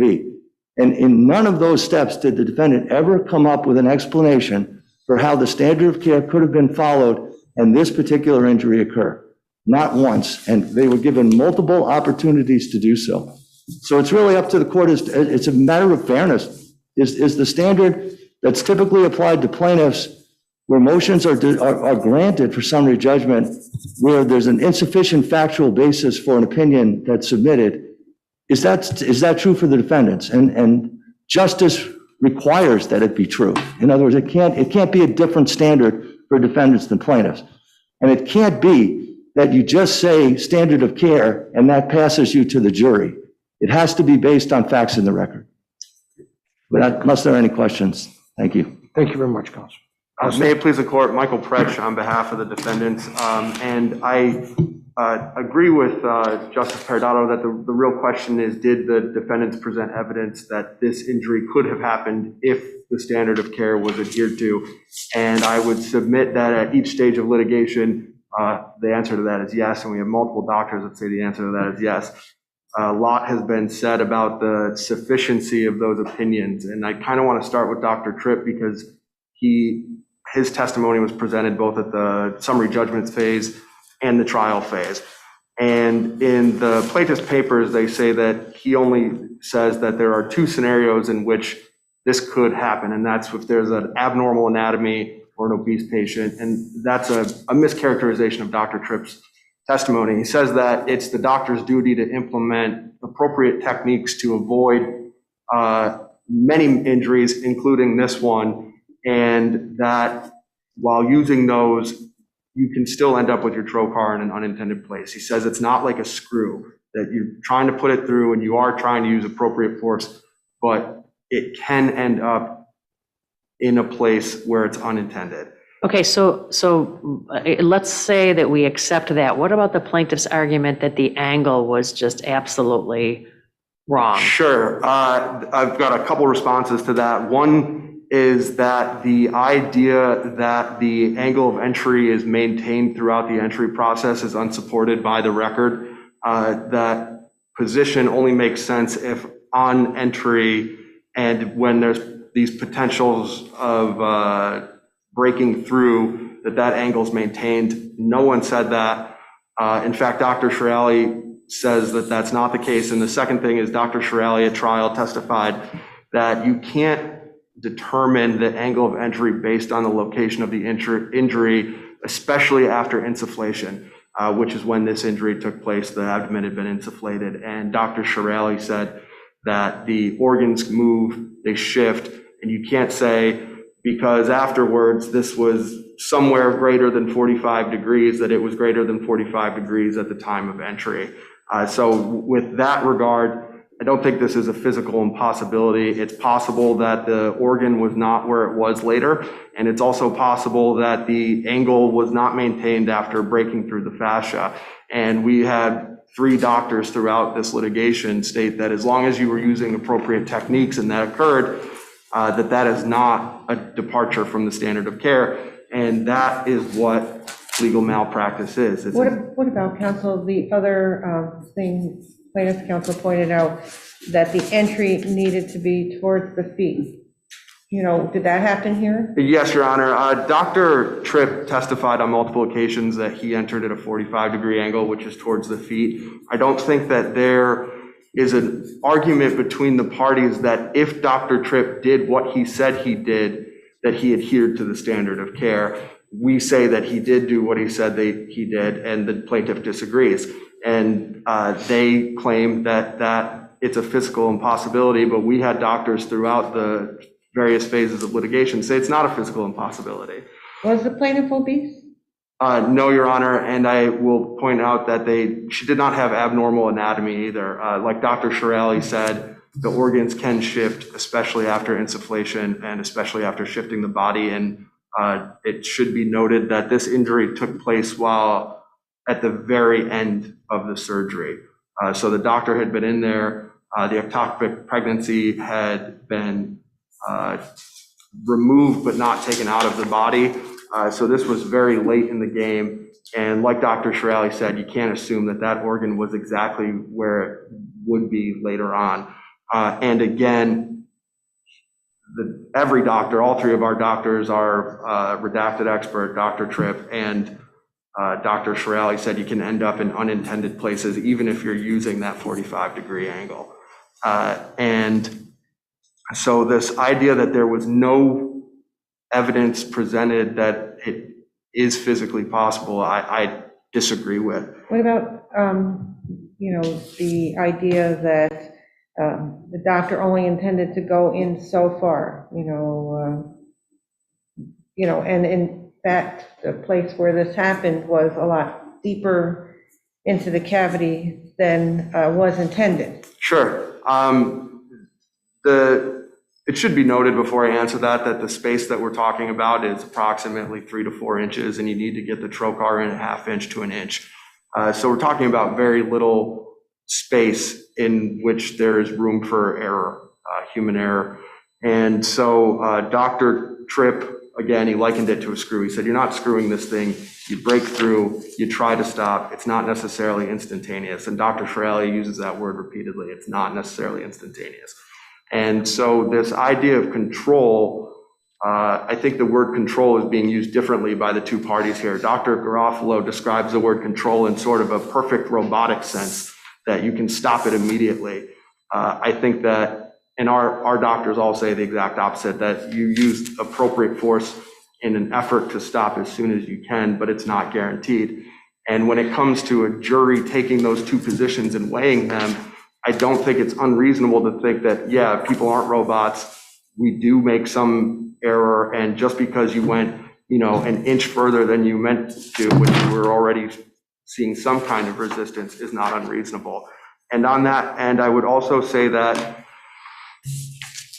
the argument that there is no basis for variable types of resistance is a mischaracterization of the evidence. Dr. Shirley repeatedly testified that the level of resistance is variable between patient to patient, and the only way to determine the level of resistance is by sticking something through the abdomen. That's a quote. He says, stick something through the abdomen. You can't see it, you may not perceive it immediately, and so the word easily in the operative report, it doesn't mean that he didn't face some unknown level of resistance. He necessarily met some unknown level of resistance. I just got a couple comments on the sufficiency of the opinions. Dr. Tripp's opinion, there's been lots of talk about speculative opinions. Dr. Tripp's opinion could not be less speculative. He said, I did the surgery, I did it as I always do, which they agree is within the standard of care, and this injury occurred anyway. That is as empiric as evidence can be. It's not speculative at all. The idea that Dr. Shirley offered comments with which he did not have a factual foundation for was not preserved. This court in Wall v. Shepherd held that once the doctor stops testifying and the party rests, it is too late to preserve that. In any event, he gave a general opinion based on what the standard of care is after reading the operative report. And then on cross-examination, he was played Dr. Tripp's video deposition testimony, and then 23 pages of trial testimony are dedicated to plaintiff's counsel reading his trial testimony to Dr. Shirley before he specifically said that he didn't believe that Dr. Shirley departed from the standard of care. The argument that he didn't read that when it was read to him at trial is necessary when you can't or did not prove negligence. It's an effort to avoid having to prove negligence. And if there are any other questions, I'm happy to field them. Otherwise, I'm all set. Thank you, Counselor. Thank you both. Thank you. Thank you. 379 Ollie Good v. John Doe.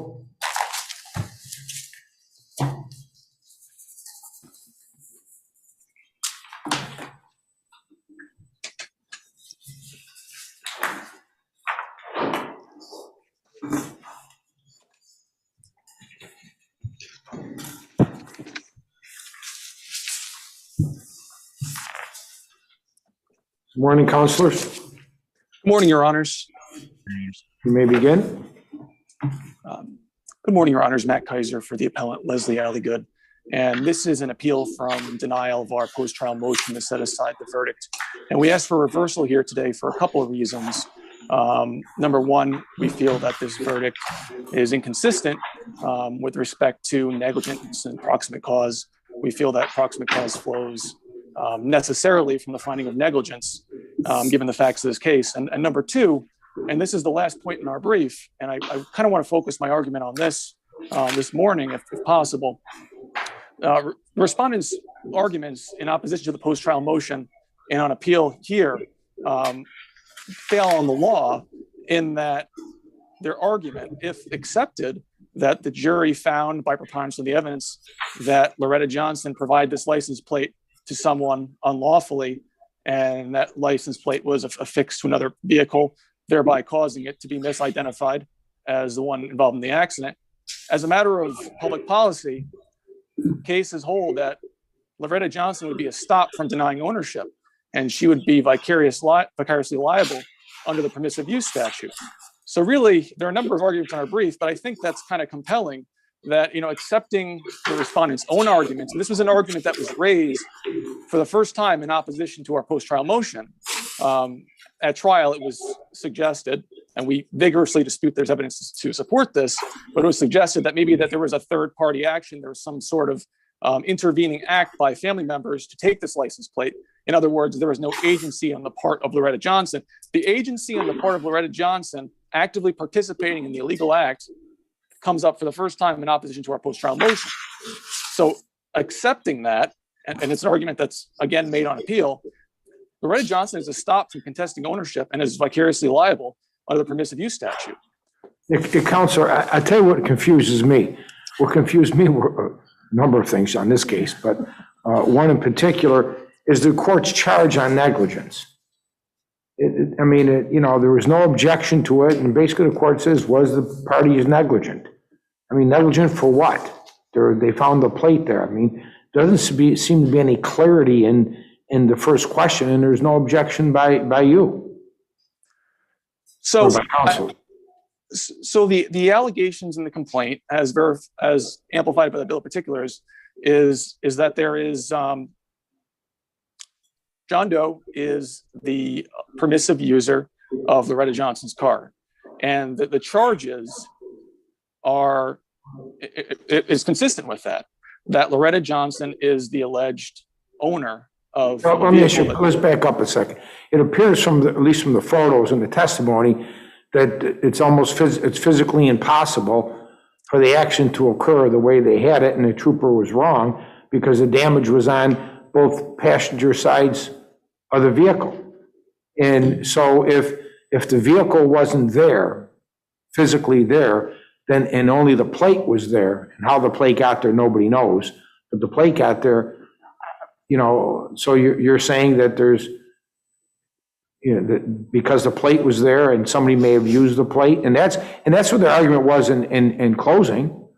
And it would seem to me, after they argued that in closing about the negligent use of the plate, that there be some clarification in the jury instruction. Well, Your Honor, so as far as the property damage goes, we objected at trial to any contention that the property damage was not consistent with how the accident happened, because there's no evidence of how the accident happened. There's no competent evidence to that effect. The police officer wasn't qualified. Obviously, there was no inspection of the entire vehicle. It was repaired before the officer had a chance to inspect. So we just have select photographs that were provided by Loretta Johnson's representative. And so that's... What did plaintiff offer besides the plate to establish that it was Loretta Johnson's vehicle that caused the accident? Well, we have property damage. Okay, you have property damage, but then you also mysteriously have her sister appearing right after the accident. Right. Could that not cause the jury to have pause as to what vehicle was involved? Right. Well, you make a good point, Justice Troutman, but there was an unknown man with this sister, Louisa Johnson.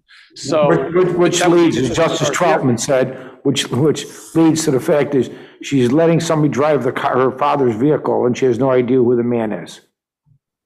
Correct? I'm sorry, Your Honor. It broke up for a second there. I didn't hear your question clearly. She has no idea who the man is that was driving her father's car, correct?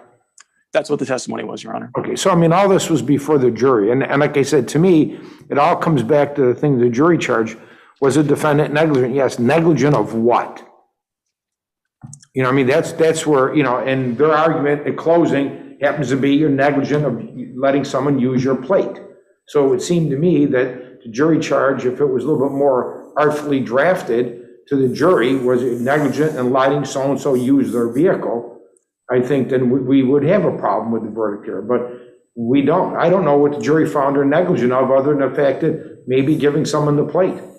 Well, Your Honor, in closing, the argument was not that she was negligent in giving the plate. The argument was that this vehicle wasn't involved in the accident because a family member could have taken the plate. There was no agency on the part of Loretta Johnson at that point.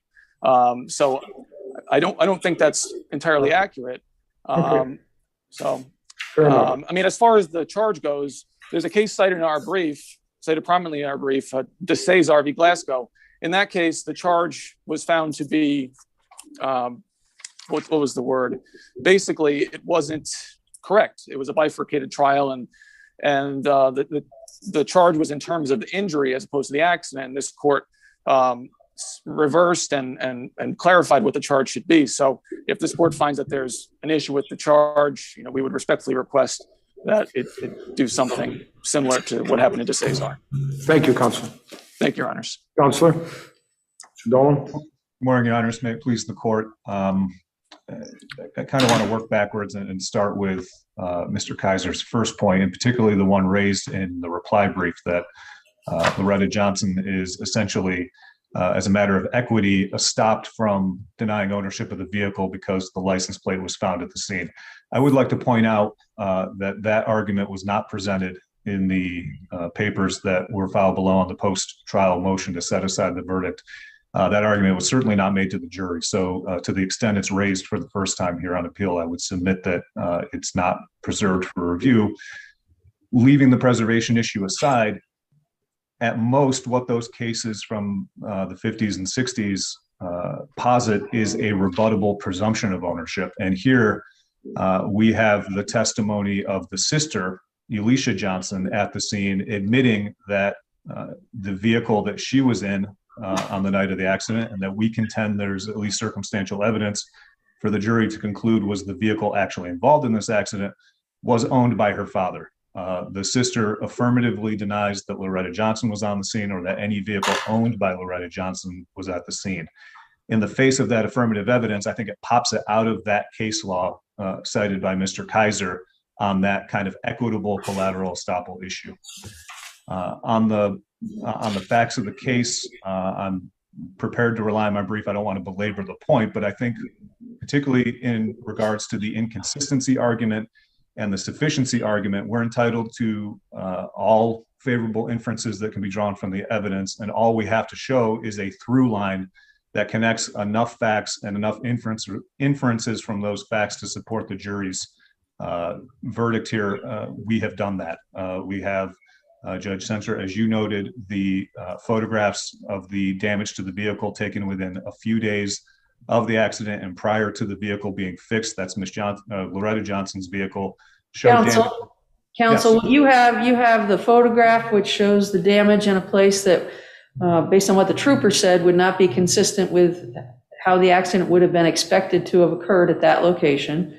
You have also the fact that you had the sister testify that she was in the father's Kia and not her sister's vehicle. And what you're saying is it's not inconsistent, because then you have the license plate at the scene, and the jury could have found that the negligence was in Loretta's handling or allowing her license plate to be utilized in this manner. That's correct, Judge Winslow. And one other, and I think this again goes to. Can I ask, was that particular line of negligence even pled in a complaint, that there's negligence on the behalf of somebody because they lent a license plate to somebody else? And is that negligent, or, you know, it's such an unusual situation. I'm not really getting it. It is unusual. The entire fact pattern almost reads like a law school hypothetical between the license plate found on the scene. You know, we were a little bit hamstrung at trial because unfortunately our client had a stroke in the intervening time. But she wasn't there anyway, you know. But was not able to testify on her own defense about the use of the vehicle. To answer your specific question, no, I don't think it was specifically pled in those terms. And was it plaintiff's position during the trial that the negligence that they were trying to prove involved the lending of a license plate? Or wasn't it that it was the negligence was the way the car was driven? Primarily the latter, for sure. And you'll get no argument from me that primarily their argument was this was a permissive use. It was Loretta Johnson's vehicle and it was operated negligently. I think in response to my argument in summation that we had enough evidence for the jury to conclude that there was a plate swap and that it was not actually Loretta Johnson's vehicle. In response to that, in closing, plaintiff's counsel did say, oh, by the way, even if you believe what Mr. Dolan is telling you, they're still liable because they allowed that plate to be used on the vehicle. So I think during summation, it was posited to the jury in the alternative.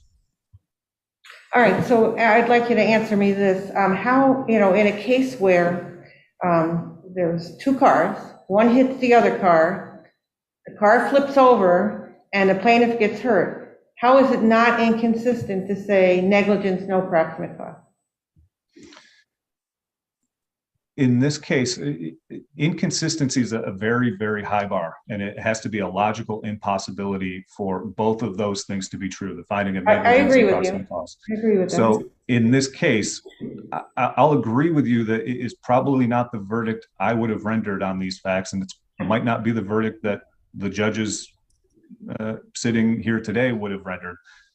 But if you, again, combining all of the circumstantial evidence, and I think the sister's testimony in particular is crucial to be led or to be read in conjunction with the plaintiff's testimony, because the plaintiff was very clear. I get out of the vehicle and a woman I know is Miss Johnson is there immediately. She's apologizing to me. She's frantic. She's upset. I think there is that provides the jury with sufficient information to conclude that it was the sister and her vehicle who were actually involved in causing the collision. And that fact that the plates that were registered to Loretta Johnson's vehicle were found on the scene necessarily implies that those plates were being used improperly on the other vehicle, and that you can infer some negligence flowing back to Loretta Johnson for either allowing that to happen or for failing to prevent it from happening. Okay, so, you know, you try a bunch of cases, you have a verdict sheet. The verdict sheet follows along with the proof in the case, and for every possibility, there's usually a question, okay? Right. So question one, was defendant negligent? If there were two ways that the defendant could have been negligent, one in the operation of the vehicle and one in some way not related to the operation of the vehicle, wouldn't there have to be two questions about that? Or shouldn't there have been two questions? And, you know, I'm just wondering who was asleep here? Well, I hesitate to get into this too much because it's not fair to Mr. Kaiser. I actually tried this case on behalf of the defense, so I know what happened in the off-the-record discussions about the jury sheet. And I would be happy to submit the draft verdict sheet that I presented to Judge Pompiano. I guess I don't want to get into stuff that's outside the record, Judge. Right, and I was going to stop you from doing that. In the end, though, on the record, were there objections to the sheet that the court used and the instructions that the court gave? On the record, no. Okay. Thank you, Counselor. Thank you. Thank you, Your Honors. 380 Knazack v. Hamburger Central School District.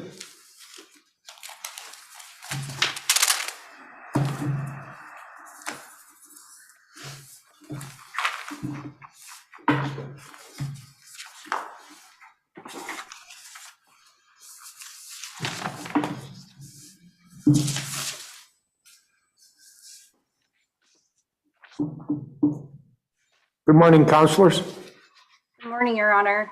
Anastasia McCarthy for the district. May it please the court. Your Honor, respectfully, there's really no reason why this case does not belong in the well-established canon of state law, holding that absent prior sufficient knowledge or notice of the dangerous conduct that caused the plaintiff's injuries, school districts cannot bear the liability for the sudden and spontaneous bad acts of one student against another. So let's focus on the young man's history. He clearly had a pretty significant disciplinary history, correct? Yes, Your Honor, and the district doesn't dispute that SB had a somewhat robust disciplinary record, but the infractions that are memorialized within that disciplinary record are not of the same kind that caused the plaintiff's injuries in this case, which is sexual assault. The prior disciplinary record consisted purely of infractions for excessive absenteeism, suspected substance abuse problems, and backtalk. Okay, let me stop you there, Ms. McCarthy. You talked about substance abuse. And in fact, it's my understanding of the record that the defendant categorized this incident as being, subject to a substance abuse situation. Isn't that correct? That's the disciplinary record that, in fact, you offered on your motion. The disciplinary record itself does reference this incident, although there was never any, fact-finding by the district in what ultimately caused SB to do what he did. But somehow they did put this in the record, okay? And in fact, substance abuse was something that they were very well aware of that was a problem with this particular student. Isn't that an established fact? Yes, Your Honor, the district was aware that SB had a substance abuse problem. However, in opposition to our motion for summary judgment in the trial court, there was really no admissible evidence that this particular incident was the result of substance abuse. Okay, now it's your job, though, on a summary judgment motion, is it not, to show the court that there are no facts that are in dispute. And in your own submission, okay, you have this notation that this particular incident was part of a substance abuse situation. I mean, it wasn't them who said it, it was you. And it was in your submissions in support of your motion for summary judgment. Yes, Your Honor, to back up a little bit, the district was aware that SB had a substance abuse problem, but the district was not aware that in consuming an illegal substance, SB would ever act in a physically aggressive or sexually aggressive manner. He had never done so before, and they had no reason to anticipate that he would do so at this time. And really, what's relevant on the motion for summary judgment is what happened before this particular incident. Again, yeah, Counsel, it appears to me, and you started out with this, I think it really boils down to this. Is it taken everything into consideration? Drug, alcohol, his conduct, his behavior is terrible. It really boils down to, is that enough without any prior similar conduct being exhibited, that's really what it boils down to. I mean, to me, is that taking everything favorable to the plaintiff, drug, alcohol, maybe prior sex abuse that he's involved in, everything in particular, is that in and of itself enough to establish any prior similar conduct? And I think that is really the core issue, in my view, of where we are. yes, Your Honor, I would agree with that as being the core issue. I would also, submit that below there was never any expert opinion that said, okay, a person who is prone to using illegal substances. We recognize that, but I mean, the question becomes, it's a summary judgment motion. Does it need to be filed then, or should it be a trial? But in any event, we have the record before us of Yes. what was before the court. And that's really where we have to look at what was before the court at the time. Yes, Your Honor.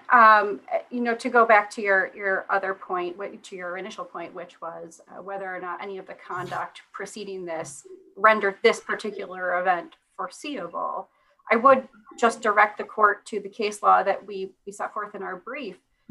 almost all of the cases in which districts were determined to be entitled to summary judgment involve at least one prior incident where the tortfeasor had acted aggressively or had threatened the plaintiff. None of those facts are present here, which I think makes this case an even more ideal case for summary judgment. But he was aggressive in some ways, not physically before, or not sexually physically. But the record that you submitted categorized this particular student as being troubled, a behavioral concern, vengeful, angry, disrespectful, using bad language. I mean, this was yet another act of actual physical aggression, but if I called somebody troubled, vengeful, angry, I would think that I'm saying there's a problem here, a bad behavior problem, we got to be on the lookout for it. Not only that, is in the past, in this record, he's been suspended several times, and there were several times that he had to be escorted from class to class to class. Now, suddenly, those restrictions were off, and this incident happened. Yeah, I see your point, Judge Bannister. I would just say, though, that what the law requires is that the district have sufficient prior notice or knowledge, and that means conduct that is the same or similar to that which actually caused the injuries. And in this case, the record just doesn't bear that out. I would like to briefly touch on your reference to the in-school suspensions, because I think what's important about that is drawing the distinction again. Yeah, there's more than one in Yes. suspension. There are 3. Your Honor, no one is going to say that SB was a star pupil by any means, but he was not someone who anyone at the school would have predicted would act in this particular manner. As far as the in-school suspensions go, this is essentially a detention program that a lot of high schools utilize. And in this case, it was put in place because SB had excessive absentee and tardy issues, not because he was considered to be a physical danger to other people in the building. Absent any additional questions from the court, I'll just reiterate that the district would respectfully request that this court reverse the trial court's order and grant its motion for summary judgment. I'm happy to, rely on my submission otherwise. Thank you, Counselor. Thank you. Morning, Counselor. Mr. Morgan. Yep. Good morning. Mr. Morgan, Your Honors. how can it be said that the behavior of this student, besides being a general disciplinary problem, would cause the district to be on notice that he would engage in sexual misconduct against another student? Thank you, Your Honor. The district, if we could just focus on the record, if I could just focus on the record for a second, recognized immediately in the first recorded disciplinary proceeding involving the student's suspension, recognized that the student's activity, SB's activity, had an impact not just on him, but on other students. His suspension for the period of time of 8 months was designed to remove him from interaction with other students. And the direction of the then superintendent of the schools, Dr. Crawford, was that he engage in outside counseling and submit proof to the school district that those issues But were Mr. Morgan, it is not unusual for the school to remove a student because they're engaging in disruptive conduct that interferes with other children's ability to learn. Again, I bring you back to besides his general, he was definitely a disciplinary problem. What do you say specifically caused the school notice, the district notice, that he would engage in this conduct? Notice and foreseeability obviously go together. The district had the opportunity, in fact, directed that they be informed further as to the level and consequence, apparently, of his substance abuse, and they didn't follow up. So Counsel. foreseeability can be foreseeable, but it can't be closing your eyes. And that's what Counsel, they- substance abuse. How does substance abuse equal a propensity to commit sexual misconduct going forward? How do you connect those two?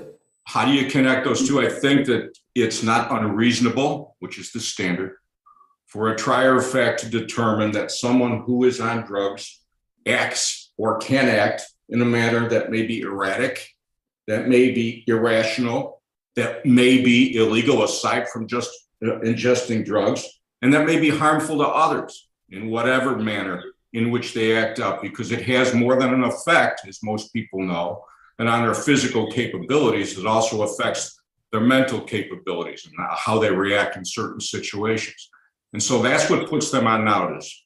Admittedly, not the specific harm of a sexual assault, but also raises questions of whether the district has a duty to monitor that student.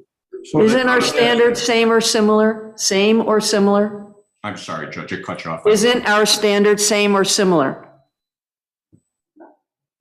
Same or similar in Conduct. terms of Conduct. that they have to be aware of. Yeah, but I think Morand and Brandy B articulate that although that's the general requirement, there are circumstances, and I believe this case presents those circumstances. Well, the Brandy B originated from this court. Yep. And then the Court of Appeals decided, in the language I'm reading from, in one sentence, it says this: thus, without evidence of any prior conduct similar to the unanticipated injury causing act, the claim for negligent supervision must fail. And that's right in the language of Brandy B from the Court of Appeals. And in Brandy B, the court went on to analyze how the 11-year-old student who engaged in the sexual misconduct in that case. Well, in that case, what they basically said, that there was no prior conduct for 2 years, in essence, of anything given rise.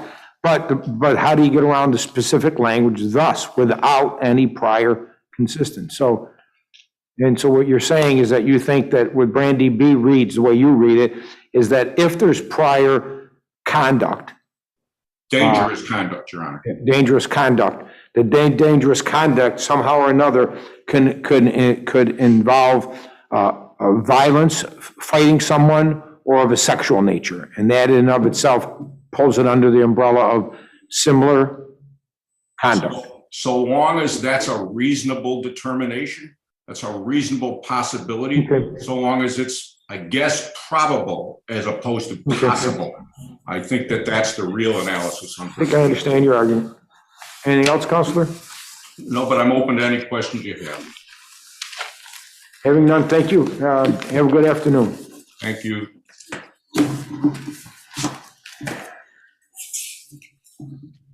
.380.1 people, XL Ray Dakar v. Wilcock.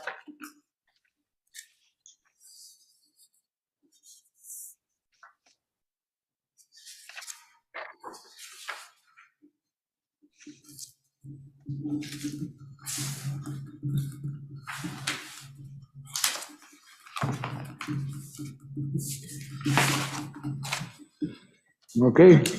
Good afternoon, counselors. Good afternoon, Your Honors. My name is David Ventavania. I'm a staff attorney with the Buffalo Office of Prisoners Legal Services, appearing on behalf of the petitioner appellate, Mr. Tracy Dakar. If it pleases the court, at the outset, I'd like to acknowledge the Court of Appeals' recent decision, both McCurdy and Johnson, in which it found that DOC's practice of temporarily confining released but undomiciled sex offenders. We're familiar. This pretty much leads you down to a sole issue at the end. Just one issue, correct? With regard to the, I'm sorry, I don't understand the question. Your Honor. That pretty much answered the Court of Appeals case pretty much answered what you were asking us on your brief, other than I think one issue, if I recall correctly. No? Yes, I mean, the issue remaining, out of McCurdy and Johnson, the issue remaining for us is whether this court should, we still think habeas relief is warranted, But if that's not the case, that this court should convert the matter to an Article 78, either to order docs to bring its RTF practice into compliance with the correction law, or to even remand it back to the court below, to convert it and remand it back to the court below for further evidentiary hearings. I would note that Is Mr. Dakar still in the RTF? yes, he is. So he still hasn't been, he's still unable to find compliant housing? No, he is not. I would briefly note on that issue, there are some differences between Mr. Dakar's circumstances and the individuals in McCurdy and Johnson. Specifically, the persons in McCurdy and Johnson were all returning to New York City, and they were all on waiting lists for SARA compliant homeless shelters. Mr. Dakar is not on any such list for Oneida County, and it's our understanding this is because no list like that exists in Oneida County. So his ongoing incarceration at Orleans no closer to any kind of resolution now than it has been since 2019.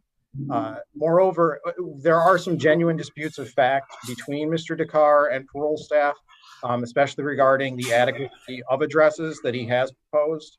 And we submit that remanding for at least on this issue of remanding for further development of the record would be appropriate, as we argue the biweekly meetings he does get with his counselor, and which to date he's just every address he's proposed, he's just told that it's denied by parole, fails to comport with procedural due process.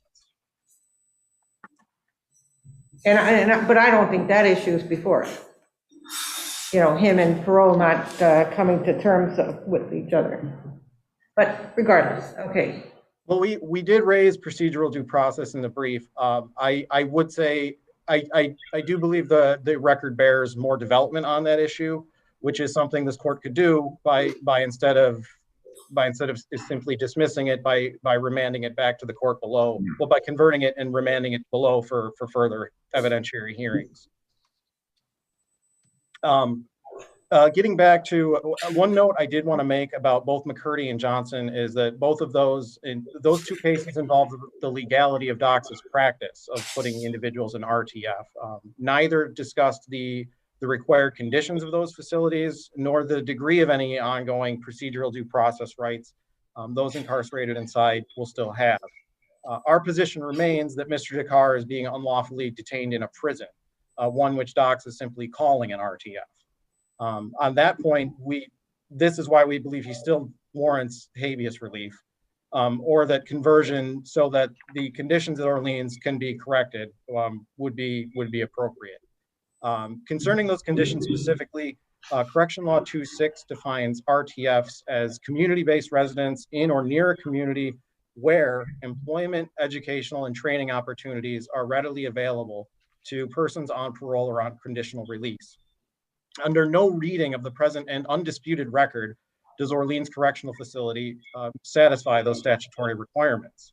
Mr. Dakar has no access to any community resources, either in Orleans County, where he's currently incarcerated, or in Oneida County, which is the county of his commitment and the county he is supposed to return to. This is primarily because he's never allowed under any circumstances to leave Orleans.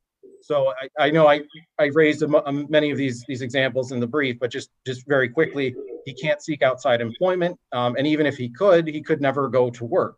He can't register for any educational or vocational training classes that may be available in the local community, because again, he can't leave.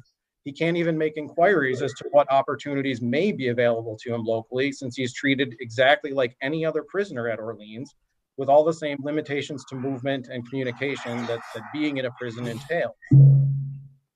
Now, despite these conditions, these illegal conditions, DOCS nevertheless continues to claim that Orleans is an RTF and that they're just housing Mr. Dakar there in accordance with Correction Law 7310. Calling a prison an RTF does not transform that facility into one. Orleans is, as I've said, just a prison. It provides none of the required access the law requires. Now, respondents have nevertheless argued that this court should refrain from exercising its authority to convert this matter to address that very issue chiefly because they claim that Orleans' adequacy as an RTF cannot be ascertained from the present record. We argue that that reasoning actually weighs more in favor of converting and remanding the matter, but in truth, Orleans' non-compliance with the correction law is both blatant and obvious. Respondents have never disputed the fact that Mr. Dakar can't leave Orleans and that he has no community access. Additionally, these are conditions that have already been found unlawful by other courts, such as Supreme Court Albany County in its second Alcantara decision.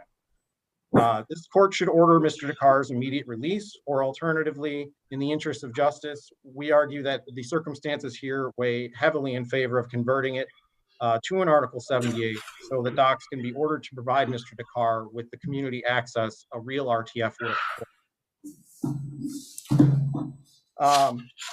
So Counselor, basically, if he's going to stay at the facility that he's at, he should receive the programming that he's entitled to. That's true. That's correct. If docs is going to hold him in a custodial setting, then at minimum he should be given the community access he's supposed to be getting by law. Orleans does not provide any of that access, and it is. We got that. Yep. I don't. Then I have nothing further to add unless there's any other questions from the court. I'm prepared to rest. Thank you, Counselor. Thank you. May it please the court. Petitioner concedes at page 7 of his reply brief that the only claim he's still pressing is that Orleans is not a bona fide RTF. But even success on that claim would not justify habeas. It would only entitle him to a placement in a facility that is a bona fide RTF. This court should not convert the habeas proceeding to an Article 78 or a declaratory judgment action to address that merits issue here. The conversion argument has been abandoned. Petitioner raised it in his habeas petition below. Supreme Court rejected it by declining to convert, and petitioner did not raise it in his opening brief here. And there is no compelling reason to overlook that abandonment. Most notably, in his defense, excuse me, counsel, in opposing counsel's defense, I mean, the McCurdy and Johnson cases came along, sort of ruined all of his arguments. And so that might be a reason that he didn't bring those up. I'm just saying, in fairness to him, that the law took a turn and took the rug out from under him, so to speak. Well, a couple points in response, Your Honor. Number one, he made the conversion argument in his habeas petition, which was even further before McCurdy and Johnson. But number two, I think you put your finger right on it. This case has really transformed since it was initially brought. Initially, this conditions of confinement claim, the RTF claim, was something of a tale, and now it's looking like the tail that wags the dog. That's just another reason why this court should not. Mr. Ginsburg, are you arguing essentially that there is no relief that the petitioner can have? He's subject to supervision and he stays where he is because he can't find housing? I'm arguing that this court shouldn't convert and grant relief, but there would be absolutely no prejudice. For example, if this court accepts our line of argument and denies the petition and declines to convert it, just like the Second Department did in the Lucian case, petitioner could commence a declaratory judgment action tomorrow, all about this RTF issue, still well within the 6 years. He simply should start over, bring the action in the proper form, and then it can be addressed. Yes, that's absolutely right. And basically what we're asking this court to do is to follow the blueprint of the Second Department case of Lucian that we cite, where the inmate there claimed that his facility wasn't a bona fide RTF. The court found that this claim would not entitle the inmate to habeas relief, and the court rejected the inmate's request for a conversion, which request, as the inmate's brief in that case indicates, applied to his RTF claim, not as petitioner here characterizes it as having just been restricted to his claim about newspapers and internet access. And I guess I'd close simply by saying that there would be really no prejudice in a litigation sense to following that course of action because petitioner would still be well within the timeline to commence a declaratory judgment action, which is the vehicle that parenthetically the inmates in Alcantara are using to challenge their conditions of of RTF confinement, which is now on appeal in the third department. So for all those reasons, we ask that this court affirm the judgment below. Thank you, counsel. Thank you both. Have a good afternoon.